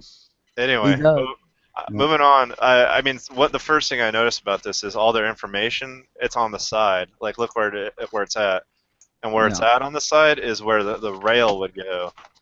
And so, if you wanted, and it doesn't have a rail, so you can't mount an optic. And if you wanted to add an optic to this thing, all the freaking information is there. So you would have to move it, and by moving it would be a complete paperwork nightmare. Because I think you have to do a bunch of crazy shit to move that information, like the serial number and whatnot. Like you can't. Why just do you move need to it. put an optic on a rifle like that, though? I mean, Because that is not everybody's a fucking 200 master yards. Canadian sniper like you, Bob. Who just like smells his prey and shoots it through the freaking, It's made eyeball. for 200 yards, man. That's what the rifle's designed for. I mean, Okay. There is no light machine gun on the face of this fucking planet that's made for 200 fucking yards. that Bob. is not a light machine gun round, An though. RPK. That is 7.62 by Bob, 3.9. That is a middling cartridge. Wait, say that again. If it was a 7.62 by 5.4, yeah, I'd go. Yeah, it's a light machine Bob. gun. But Bob. That's a squirrel Bob, gun. no, hold on. You need to Google the difference between a light, medium, and heavy machine gun before you open your mouth and say a bunch of shit that you don't understand about. That is a light machine gun. An RPK is a squad automatic rifle. yes, Which it is. is But a this light is only a rifle based upon the design. Oh my It is fucking not God. It is not the gun. I mean, this is where It's not the this is gun, where I get this real problem with you guys. Is you go, oh well, it's the same as this. It's not. It's not a full auto. It's not. Bob, And it shoots. And I mean, it's a middling round. It's like calling a Mimi Bob, you don't know machine what gun. the fuck you're talking about, man. Yeah, I do. You just don't know. All right, so what's a saw? M249 saw. Is that a light machine gun or is that just a middling little round that only shoots 200 fucking meters? No, it's a 308 machine gun, No, so no, we'll shoot wait, about what is it? 500 to a An 1,000. It's a 223. It's a Right? 5.56. It's basically the same as a 7.62 by 5.4. Now a 223 is basically the same as a. A saw M249 is a 223. You were literally telling somebody something that I spent years of my life doing. I'm not going to tell you how to be a fucking Canadian, although I have a pretty good idea how to do it by talking to you. So don't freaking tell me anything about the difference between a light machine gun and a squad Well, automatic weapon. I may have got the numbers wrong, but Oh, you got the numbers saying all a kinds of 308 fucking wrong. a 308 Okay, machine can gun. I is say equal something real to- quick? The difference okay. between a carbine and a squad automatic weapon is that a squad automatic weapon has a longer, heavier barrel, a heavier receiver. They're made differently. It has nothing to do with the caliber. Yeah, bingo. He just nailed it in like. Yeah, that's kind of true. No, that's it's true. That's true. As far as weapon No, it's designers, not. I people mean, that as You far as can't the have a companies, light caliber. Then Bob, as far as Bob. the companies that design the weapons and the soldiers that field them and the generals that buy them, that is what they are. I mean, it's not about the caliber. The caliber, I understand what you're saying about the caliber, but as far as like definition, the technical definition of a squad automatic weapon is how the gun is built. It's built heavier. It's built modular. It's got it's the operation or possibility for You're building right, a Huck. box. You're right. You're right. You're right. Bob, You're right. there's a You're light right. machine gun. There's a medium, like there's a LMG, an MMG, and an HMG. And of course, the HMG will be heavy, so it'll be like a 50. The fucking medium will be like a M249 or M240 Really? Bravo or a M60, and a light machine gun will be something like a SAW or an RPK or RPD. No. Well. End of story. Okay. No, Doesn't you're the right. saw take Yes, AR mags? You're right. You're right. Yes. You're right. Actually, you're right. I'm no wrong. shit, I'm Bob. sorry. I have to You, admit that. Yeah. All right, I want All right. It is a light machine gun. Do you have to modify the saw to take AR mags, or does it just No, take? it's got a mag well that Well, kind it's not. I want to briefly interrupt everybody here and just say it's bad karma to argue with the Canadian. It's all gonna come back to you. I think I just A lost a drunk year. Canadian. I think I just lost a year off my life. Really, I think I'm dying a year earlier now. No, I sir. literally feel like I burnt out a part of my brain with that conversation. Like, You're right. Although I don't think that's a light machine gun because it's not full auto. okay, Bob, if you can only reach out and hit a target at 200 meters with a 7.62 by 39, then you're a terrible fucking shot. Especially a bipoded, heavy-barreled, what is a civilian light machine gun. Of course, it's not a fucking real light machine gun because it's freaking for civilian use. And yes, okay, Huck, yeah, it can carry. You don't have it modify anything. It's got like a magazine well that comes out the side, underneath where the It side feeds AR mags. yeah, That's kind sweet. of it's kind of at an angle, That's awesome. kind of Well, a, that like would be cool. like a 45-degree angle. So you have like the where the it's in between where the box or the bag for the belt ammo attaches. It's right above that. There's like a feed tray with a dust cover, or excuse me, not feed tray, a magazine well with a dust cover that covers it. And you just push the dust cover in and shove the magazine in there. That's awesome. I've read that they did that. I just never seen one use an AR mag. They don't feed very well. They'll jam. But and you can clear a malfunction pretty quickly, but it can do it. It's more like if you're in a desperate situation, you're out of ammo, you can use mags out of M4 if you have to. That's the Mimi you're talking about, or No, we're not Canadians, Bob. The saw, the M249. M249 then. We call it the Mimi. Yes, we know what you call it, Bob. I'd never heard that. I thought that was one of those pictures with the words on it to make a funny thing. No, it's a mini-me, Meme. or whatever they call it. It's kind of the. We don't really consider it a squad automatic weapon. It's just something for special forces to carry if they really want to have lots of firepower going down range real quick. It's because Canada does it wrong, so that's what he's talking about. It's an FN machine gun that we took and rebuilt into. We had them change it a bunch of things. There's a lot of differences, but it's basically the same rifle or machine gun, I should say. Yep. It's still made by FN in the U.S. though, right? Yeah. All the ones I saw. I don't know if a lot's changed since I was doing it. It's like all our Colts are made in Canada, right? I mean, countries just I don't know, Bob. factories to make guns and armored personnel carriers and shit like that are easy to build. And if you're like us, well, then we just build shit for each other. How many beers deep are you, Bob? I don't know, 18, It doesn't 19. matter. It's the ideology. I'm just Trying trying to knock that leaning tower over again. I'm just trying to get a lay of the land here. Oh, Bob, you can pick up Chris on the way on the gun channel shoot. You can pick up Chris and he'll Yeah, bump. no, this is pretty much my last one anyway. It's gonna be awesome. Yeah, pick up Chris, Quark, and Moon. You guys can all, Here's a better logo for you. Gun channels. Stay connected. Well, Gun channel. my 28-foot camper, they say it'll sleep 8. Gun channels when you miss your racist uncle. The only thing is we'd have to lock Chris in the bathroom, so that's kind of. Moniker do you do that makes sense to everybody that's actually How we keep them in there, but they're not that sturdy campers. I think we'd be better to lock them in the back of the. I'm just gonna say this: I'd be flying down. No way am I gonna spend however many days it is to get to Arizona from Wisconsin. Oh, come on. It'd be a hoot. Go to Wisconsin, then off to Washington, pick up, Yankees. Or what do we got? 400 or 500 viewers right now? 24. 24. Every time Bob talks, it's like 23. Yeah, pretty much.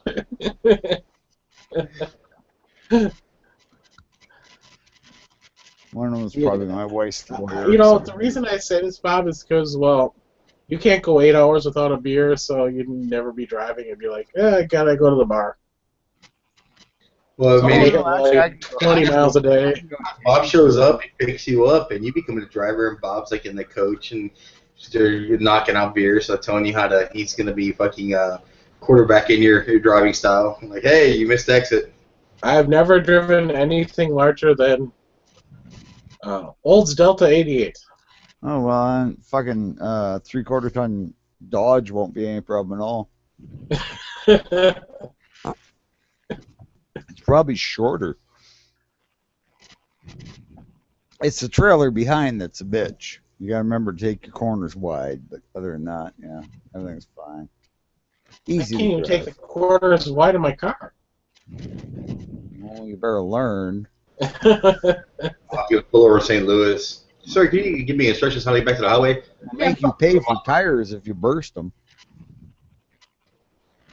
You're seeing the national I'm anthem? flying. I'll go into your fucking. Yeah, I know what you're talking about, Edge. Pull over in St. Louis. Sir, can you give me directions back to the highway? Man, I'm thinking it's gonna be really funny to show up at Yankee's place and go, come on, you gotta go, and he'd be like, what the fuck are you talking about? Come on. Like, there's 3 or 4 of us bum rushing him out to the trailer. He'll be, like, lost until we're It'll over be all of us. Yeah, Bob, we're going to all do that. And Bob's the only person that runs up there and tries to... Oh, please. Well, Bob, you have to be the first one up there because, we're going to stay back to see if Yankee shoots you or not. Oh, he won't. Chris might, but, yeah, that's why I'm going to send you first when we go to Chris's place. Here you go, Huck. Here's a picture. Curious part about you about coming to the States is you're gonna people acknowledge stereotypes sometimes and they observe them, but you're the one who'd point them out and say them out in public. Look, I see this. Yeah, there's a Canadian. No good. That's like we can hear, but when Can't hot link. The silver part is that's the feed tray. It says hot link unavailable. Oh, really? God. Anyway, guys, I got to bail. Talk to y'all tomorrow. Take care, Bob. Later, Bob.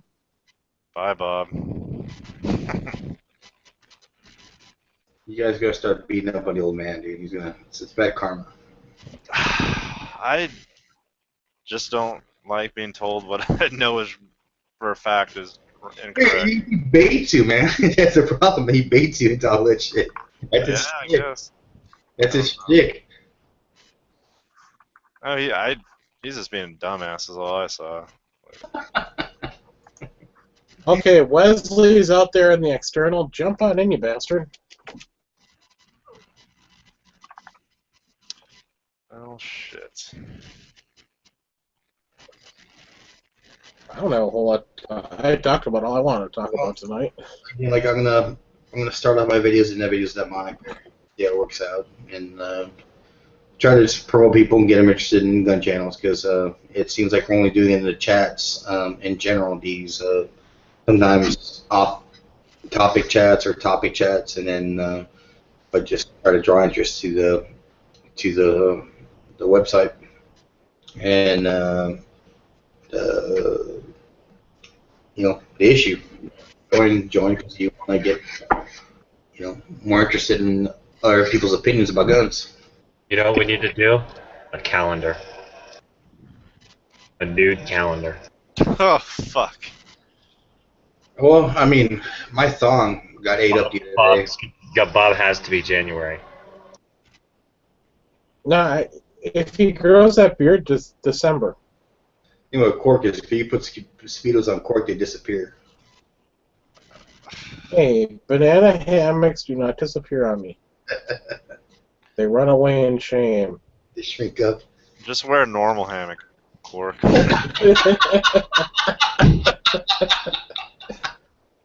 They might cover just a tad bit more.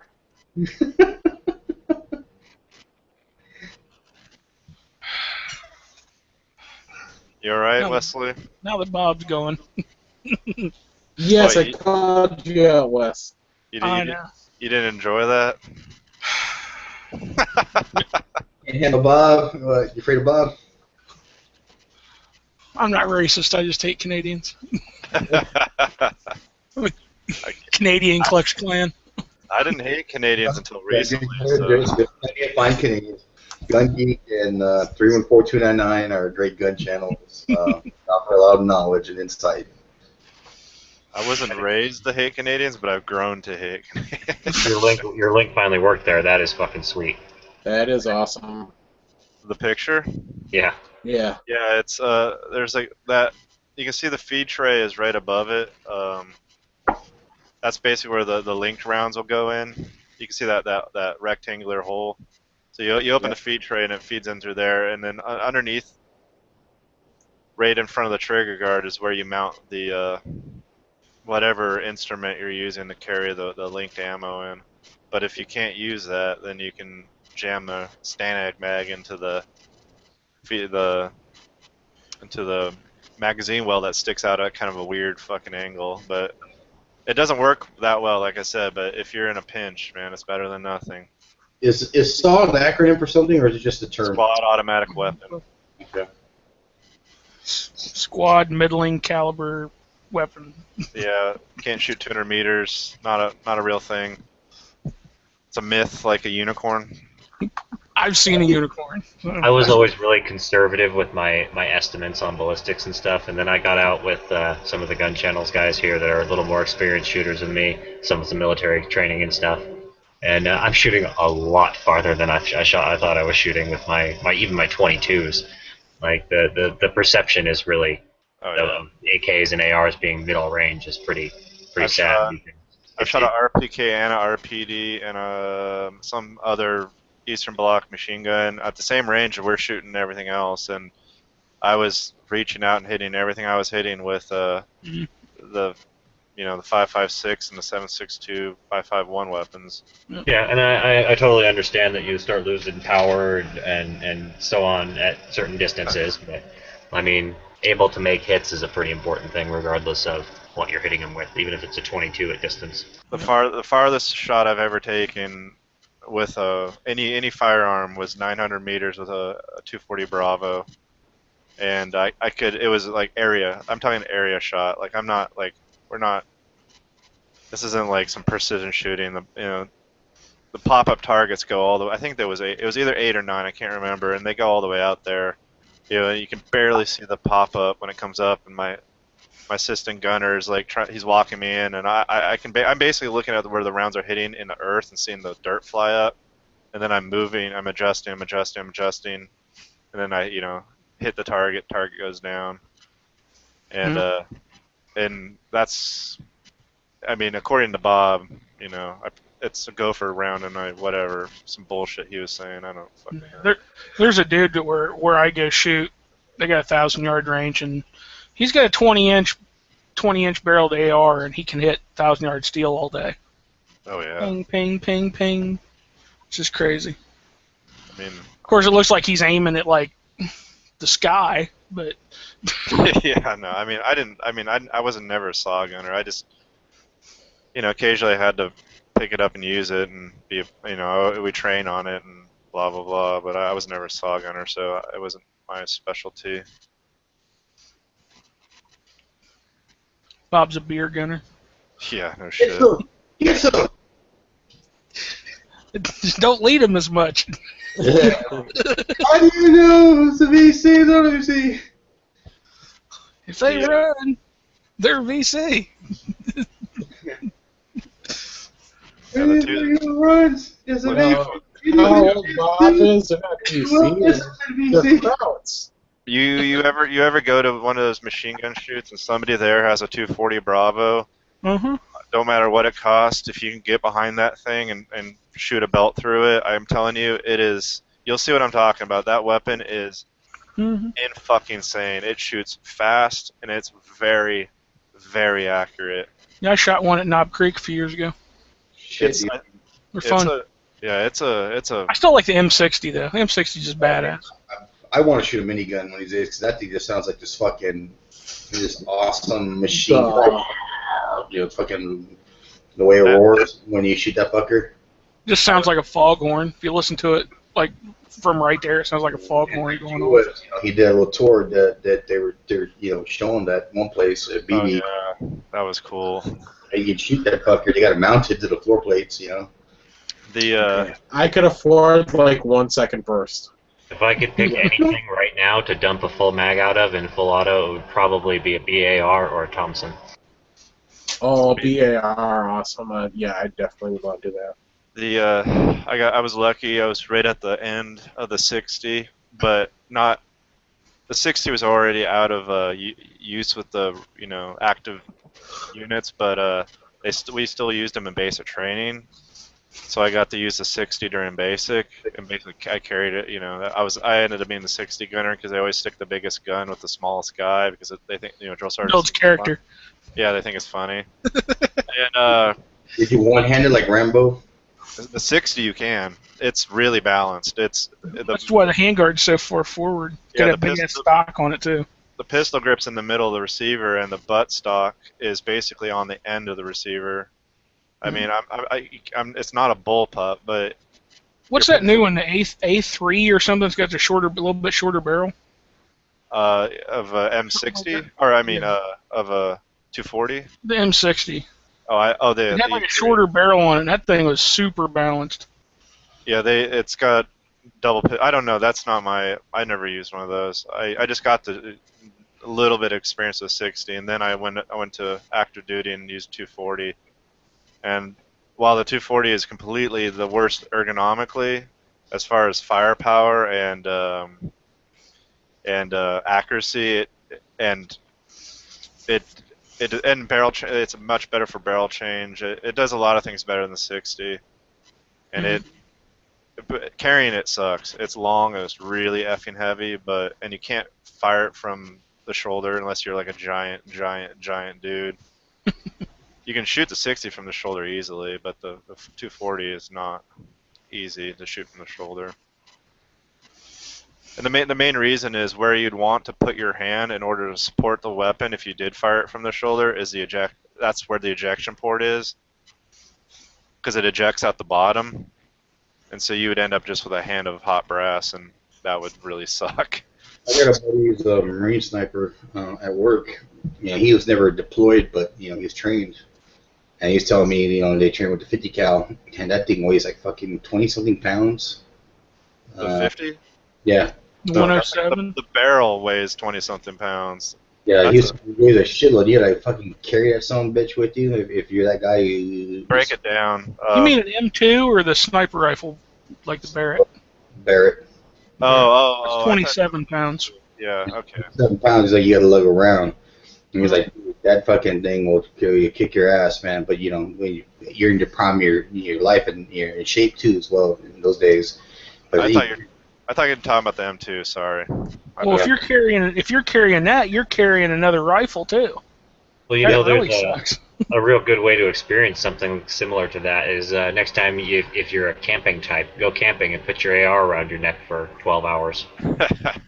Swing by here, I'll sling up my 107 and you can carry it around for a while. Yeah, throw a lever action even. Just a lever action carbine. Wear it for 12, 14 hours, the whole day. Don't take it off. We still had a thing called 11 Hotel, which is basically infantry mount Humvee. They changed all the nomenclature later on, but 11 Hotels are basically the infantry in Humvees, and our battalion sergeant major was this really big hard ass, and so we'd all do these road marches, and he would make them road march with us, even though they're in Humvees, but he would make them take their fucking mounted gun and carry it. So they would have to pull the 50s and the Mark 19s down, and basically they'd have to dismantle them and carry them. So there you see one guy like slugging along with a barrel, like a M2 barrel, and then another guy would have the receiver, and then there would just be the most miserable guy you've ever seen carrying the biggest effing tripod ever. And like that thing I think together weighs like 85 pounds, not counting the tripod. And I'm sitting there with a 240 feeling like a asshole until I see these guys walk by, and then I'm like, huh, never mind, I'm cool.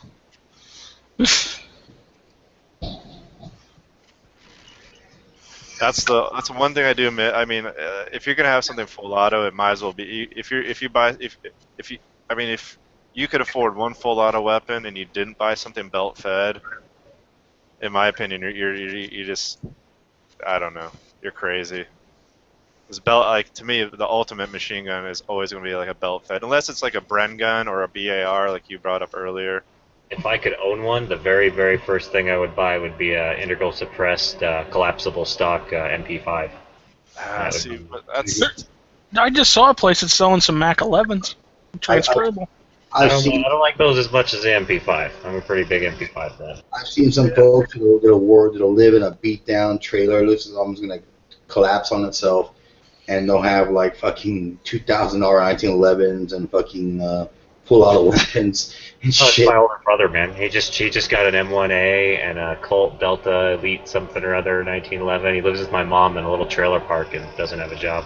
You notice we've never seen Yankee's house, like the entire house. Well, you show pictures of it. Oh, did he? Yeah, it's 14 I've seen his living room. 40 feet long. Well, it's a modest house, from what I understand. It's not anything extravagant. he looks like he has a nice house. Oh yeah. No, I mean, submachine guns are cool and all, but I don't know, man. Belt-fed machine gun is when you can like basically cut something in half. Like, But when you buy ammo for that stuff, does it already come loaded? Because I remember seeing G-Web was talking one time about, when you put the links on them, and you have to, if you're gonna, you put the links up, and you have to, some come in. Well, I never had to buy my ammo; they just gave it to me. Well, but That's why he likes belt-fed stuff. Yeah, but I'm saying, but you're gonna. They make loaders. I think I've seen like you put like the stuff in there and you crank it and it loads it all. I don't know. I thought I saw a thing that loads it for you. Yeah, they make linkers. I've never had to do it. It always came that way. I couldn't imagine that would be if I had to load my individual like linked ammo. When I would probably have a completely different freaking frame of mind right now. I'd really fuck that. Give me an MP5. Yeah. Well, my Marine sniper buddy Marcus told me that all their weapons, the rifles they had, all the service was done back at Quantico. So if they had any issues, they never outside of basic field issues, anything that was causing interruptions in the performance of the rifle, they got shipped back. And to that one, they have their own individual techs that do all that shit. Even all their ammunition that's given to them is also specially loaded for them. Oh yeah, well when you're at that level, like when you're doing that, yeah, Yeah, they showed that on one of the History Channel shows where they load all that ammo for those guys. Like every rifle has its own, like this is what ammo this guy gets. As it does in, like for civilian shooters. They're doing the same thing we do when we load ammo for whatever rifle that you have that you want to, Mm-hmm. You have to tailor the ammo to the rifle to get the maximum amount of accuracy. Otherwise, you're just kind of you're just shooting. Yeah, he was telling me he saw that American Sniper movie that he's using what was the rifle he's issued? I don't know exactly. Basically that Remington that he had. He's like, yeah, he was hitting people like over 1,000 yards with that shit. And he's like, yeah, no fucking way, dude, no fucking way. You're gonna need a. Well, he had a 338 Lapua. That's what he had. He had a Remington. I didn't know it was At the very beginning, he was shooting an M40 308, but later in the movie, he's got a 338. He was telling me something like, "There's no fucking way." You know, that was the only area he saw in the movie. He loved it, but he was telling me that that's the only area he saw that he was shooting like their 308 or a 300 Win Mag. I forget which version he was just telling me. Like, there's no way you're gonna hit a 1,000 round shot with that shit. You're gonna have to at least step up to, you know, that's a 50 BMG, basically a Barrett, you know, to make that shot. Unless you're gonna fucking arc it like a fucking bow and arrow. This guy right here is my kind. This is basically the sniping that I did. My sniper rifle. You got a mini 14. Notice the you see the 550 cord around the PEC 2 mounted on the side. Mm. To keep Yeah. it, because you know everything falls off, especially if it's mounted to a machine gun, because you know the vibration and the heat. So you have to dummy cord everything on a 550 cord because you don't want to lose a piece of kit like that. And What's that patch he has on this side there? second ID, Star. second infantry. Second infantry. Right. That's what I was. Indian head. That's what I was for a while.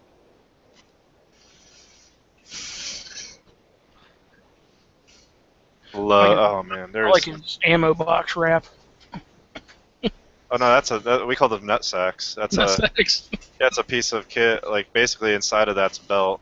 Like it's a cloth nut sack. I don't know. That's not a box. That's Yeah, not it's a like box. it's based. Oh, Jesus Christ, that fucking picture is freaky. Like hi. I'm outside right now. Yeah, it's like a cloth ammo box. Really nice. They have them for sauce too. I don't know what the actual name for them was. We just call them nut sacks.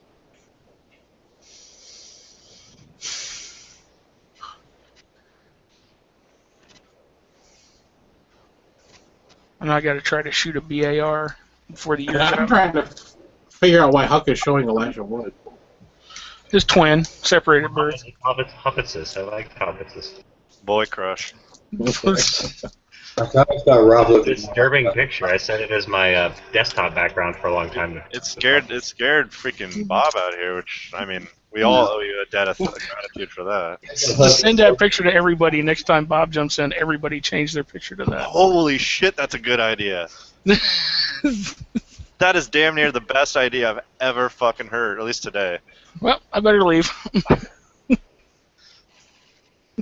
We are doing that. Pretty easy picture to find. So. Oh my god, oh my god, that's great.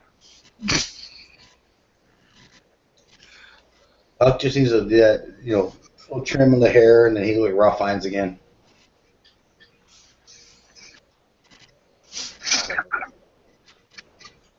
I don't know what to say to that. Thank you, I guess. He's pretty awesome. He played Voldemort.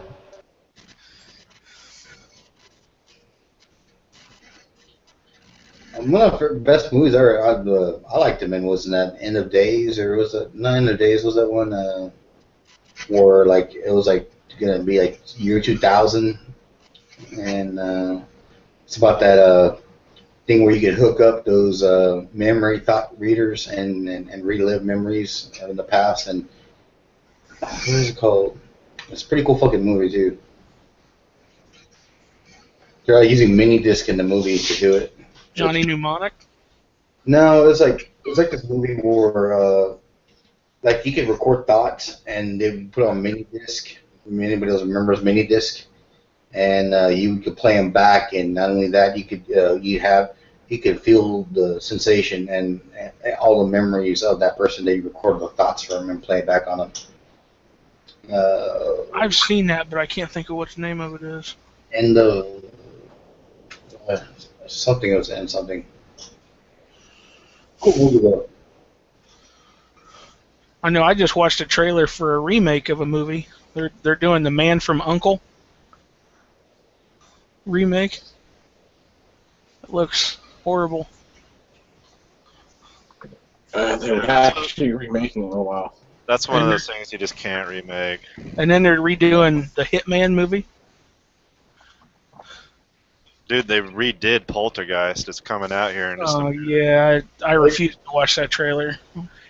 I've been saying they need to remake Greatest American I'm Hero. really stoked about Poltergeist. What the hell is that? The thing is with some movies is It's art. like for instance Chainsaw Massacre when it came out like in '77 or whatever it was, '78. It was like the most graphic movie at the time, even though it wasn't that graphic. And when you remake it and you make it more graphic, it's the whole point was you didn't need to make it that graphic in the first place because it was the way the actors were projecting the story that made it that intense at that time. You didn't have to make it blood and guts all over the place, and fucking do just not like they was Saw, fucking Saw 10 whatever they're at now, and it's just ridiculous. I go. So I remember my wife and I were watching Chainsaw Massacre 1. We were watching it one time. She was like, but it's not.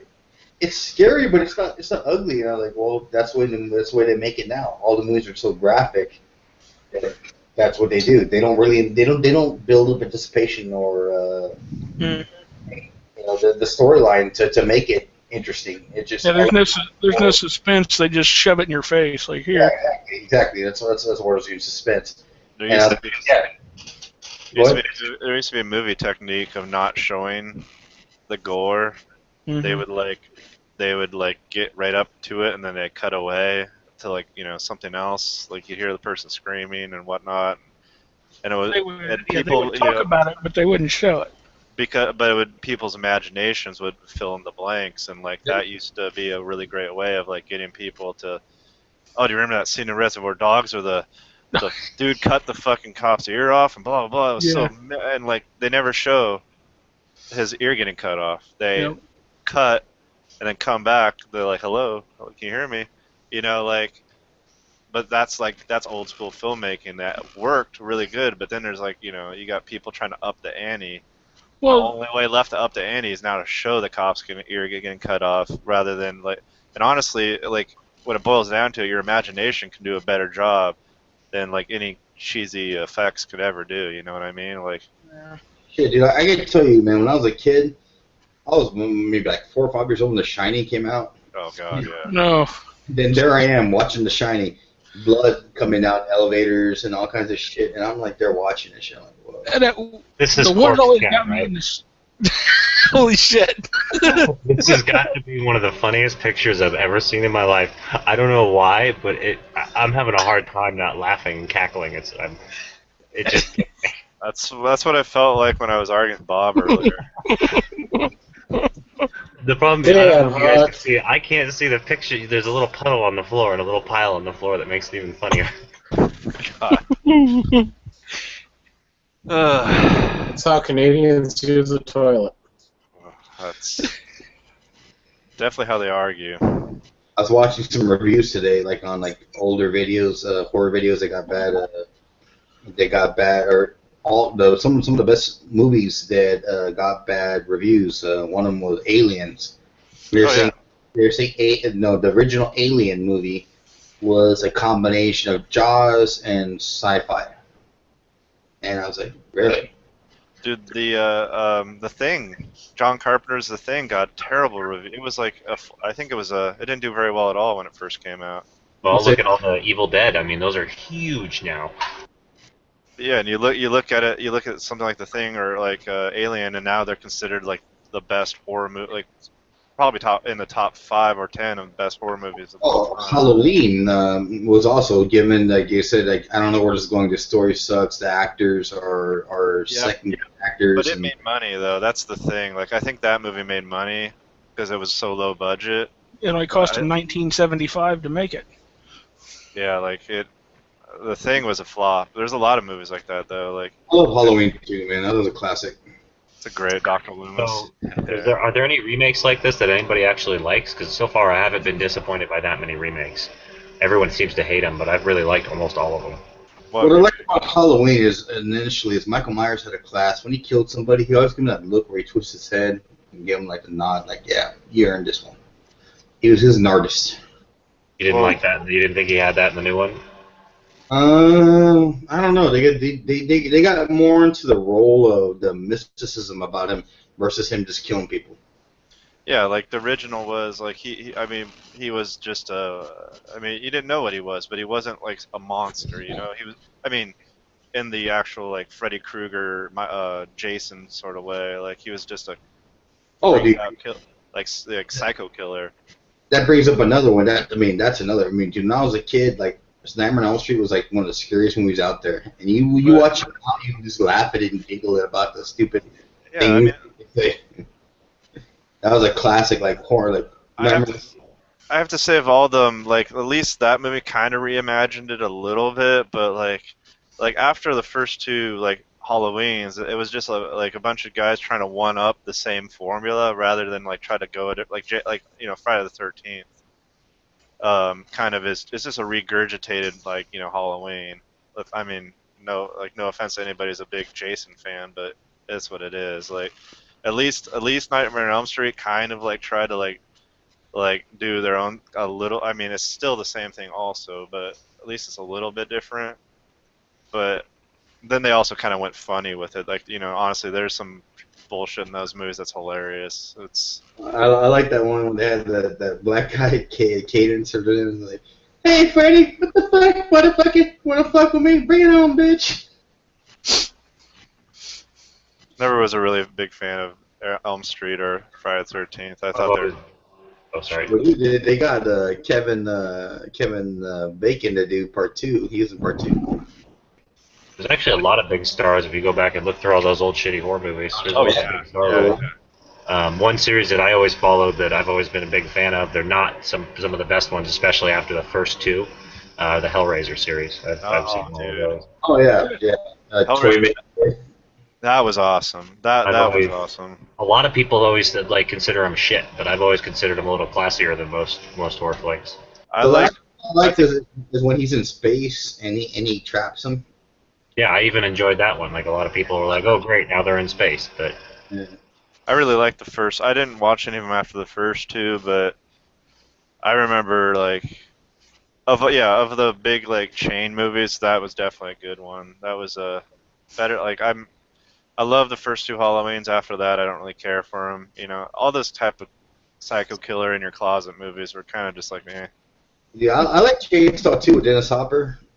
Oh, the freaking chainsaw fight. That movie is good just on the fact that there's like all those one-liners in it, like dog will hunt. You know, get that bitch, Leatherface. Yeah. Get that bitch. Get that bitch. The dog will that's run. like pretty much all of the reboots I've enjoyed of that. Even the Jessica Biel one, and I didn't really like the reboots. I just liked the first two movies They were. had this horrible version that they made with Matthew McConaughey called Next Oh Gen. yeah. That was like retarded where he's like reaching for remote controls to control his leg. You know, I was like, God damn, dude, what the fuck? You complete Leatherface 3.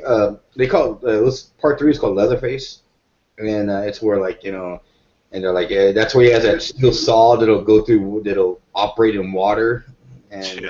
and all kinds of shit. And after that was kind of neat too, you know, but that one was different. I like that chainsaw sword fight, and number 2 was brilliant. And Dennis Hopper fighting Leatherface. Oh man. I'm the Lord of the Somber. It's like, what is that? Some new health grip you got there?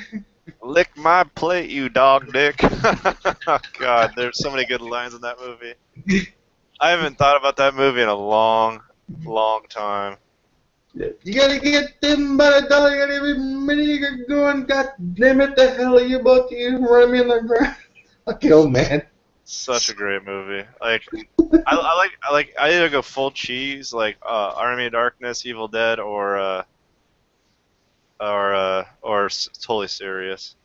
I can't believe you guys haven't mentioned the greatest horror movie of them all, Rocky Horror Picture Show.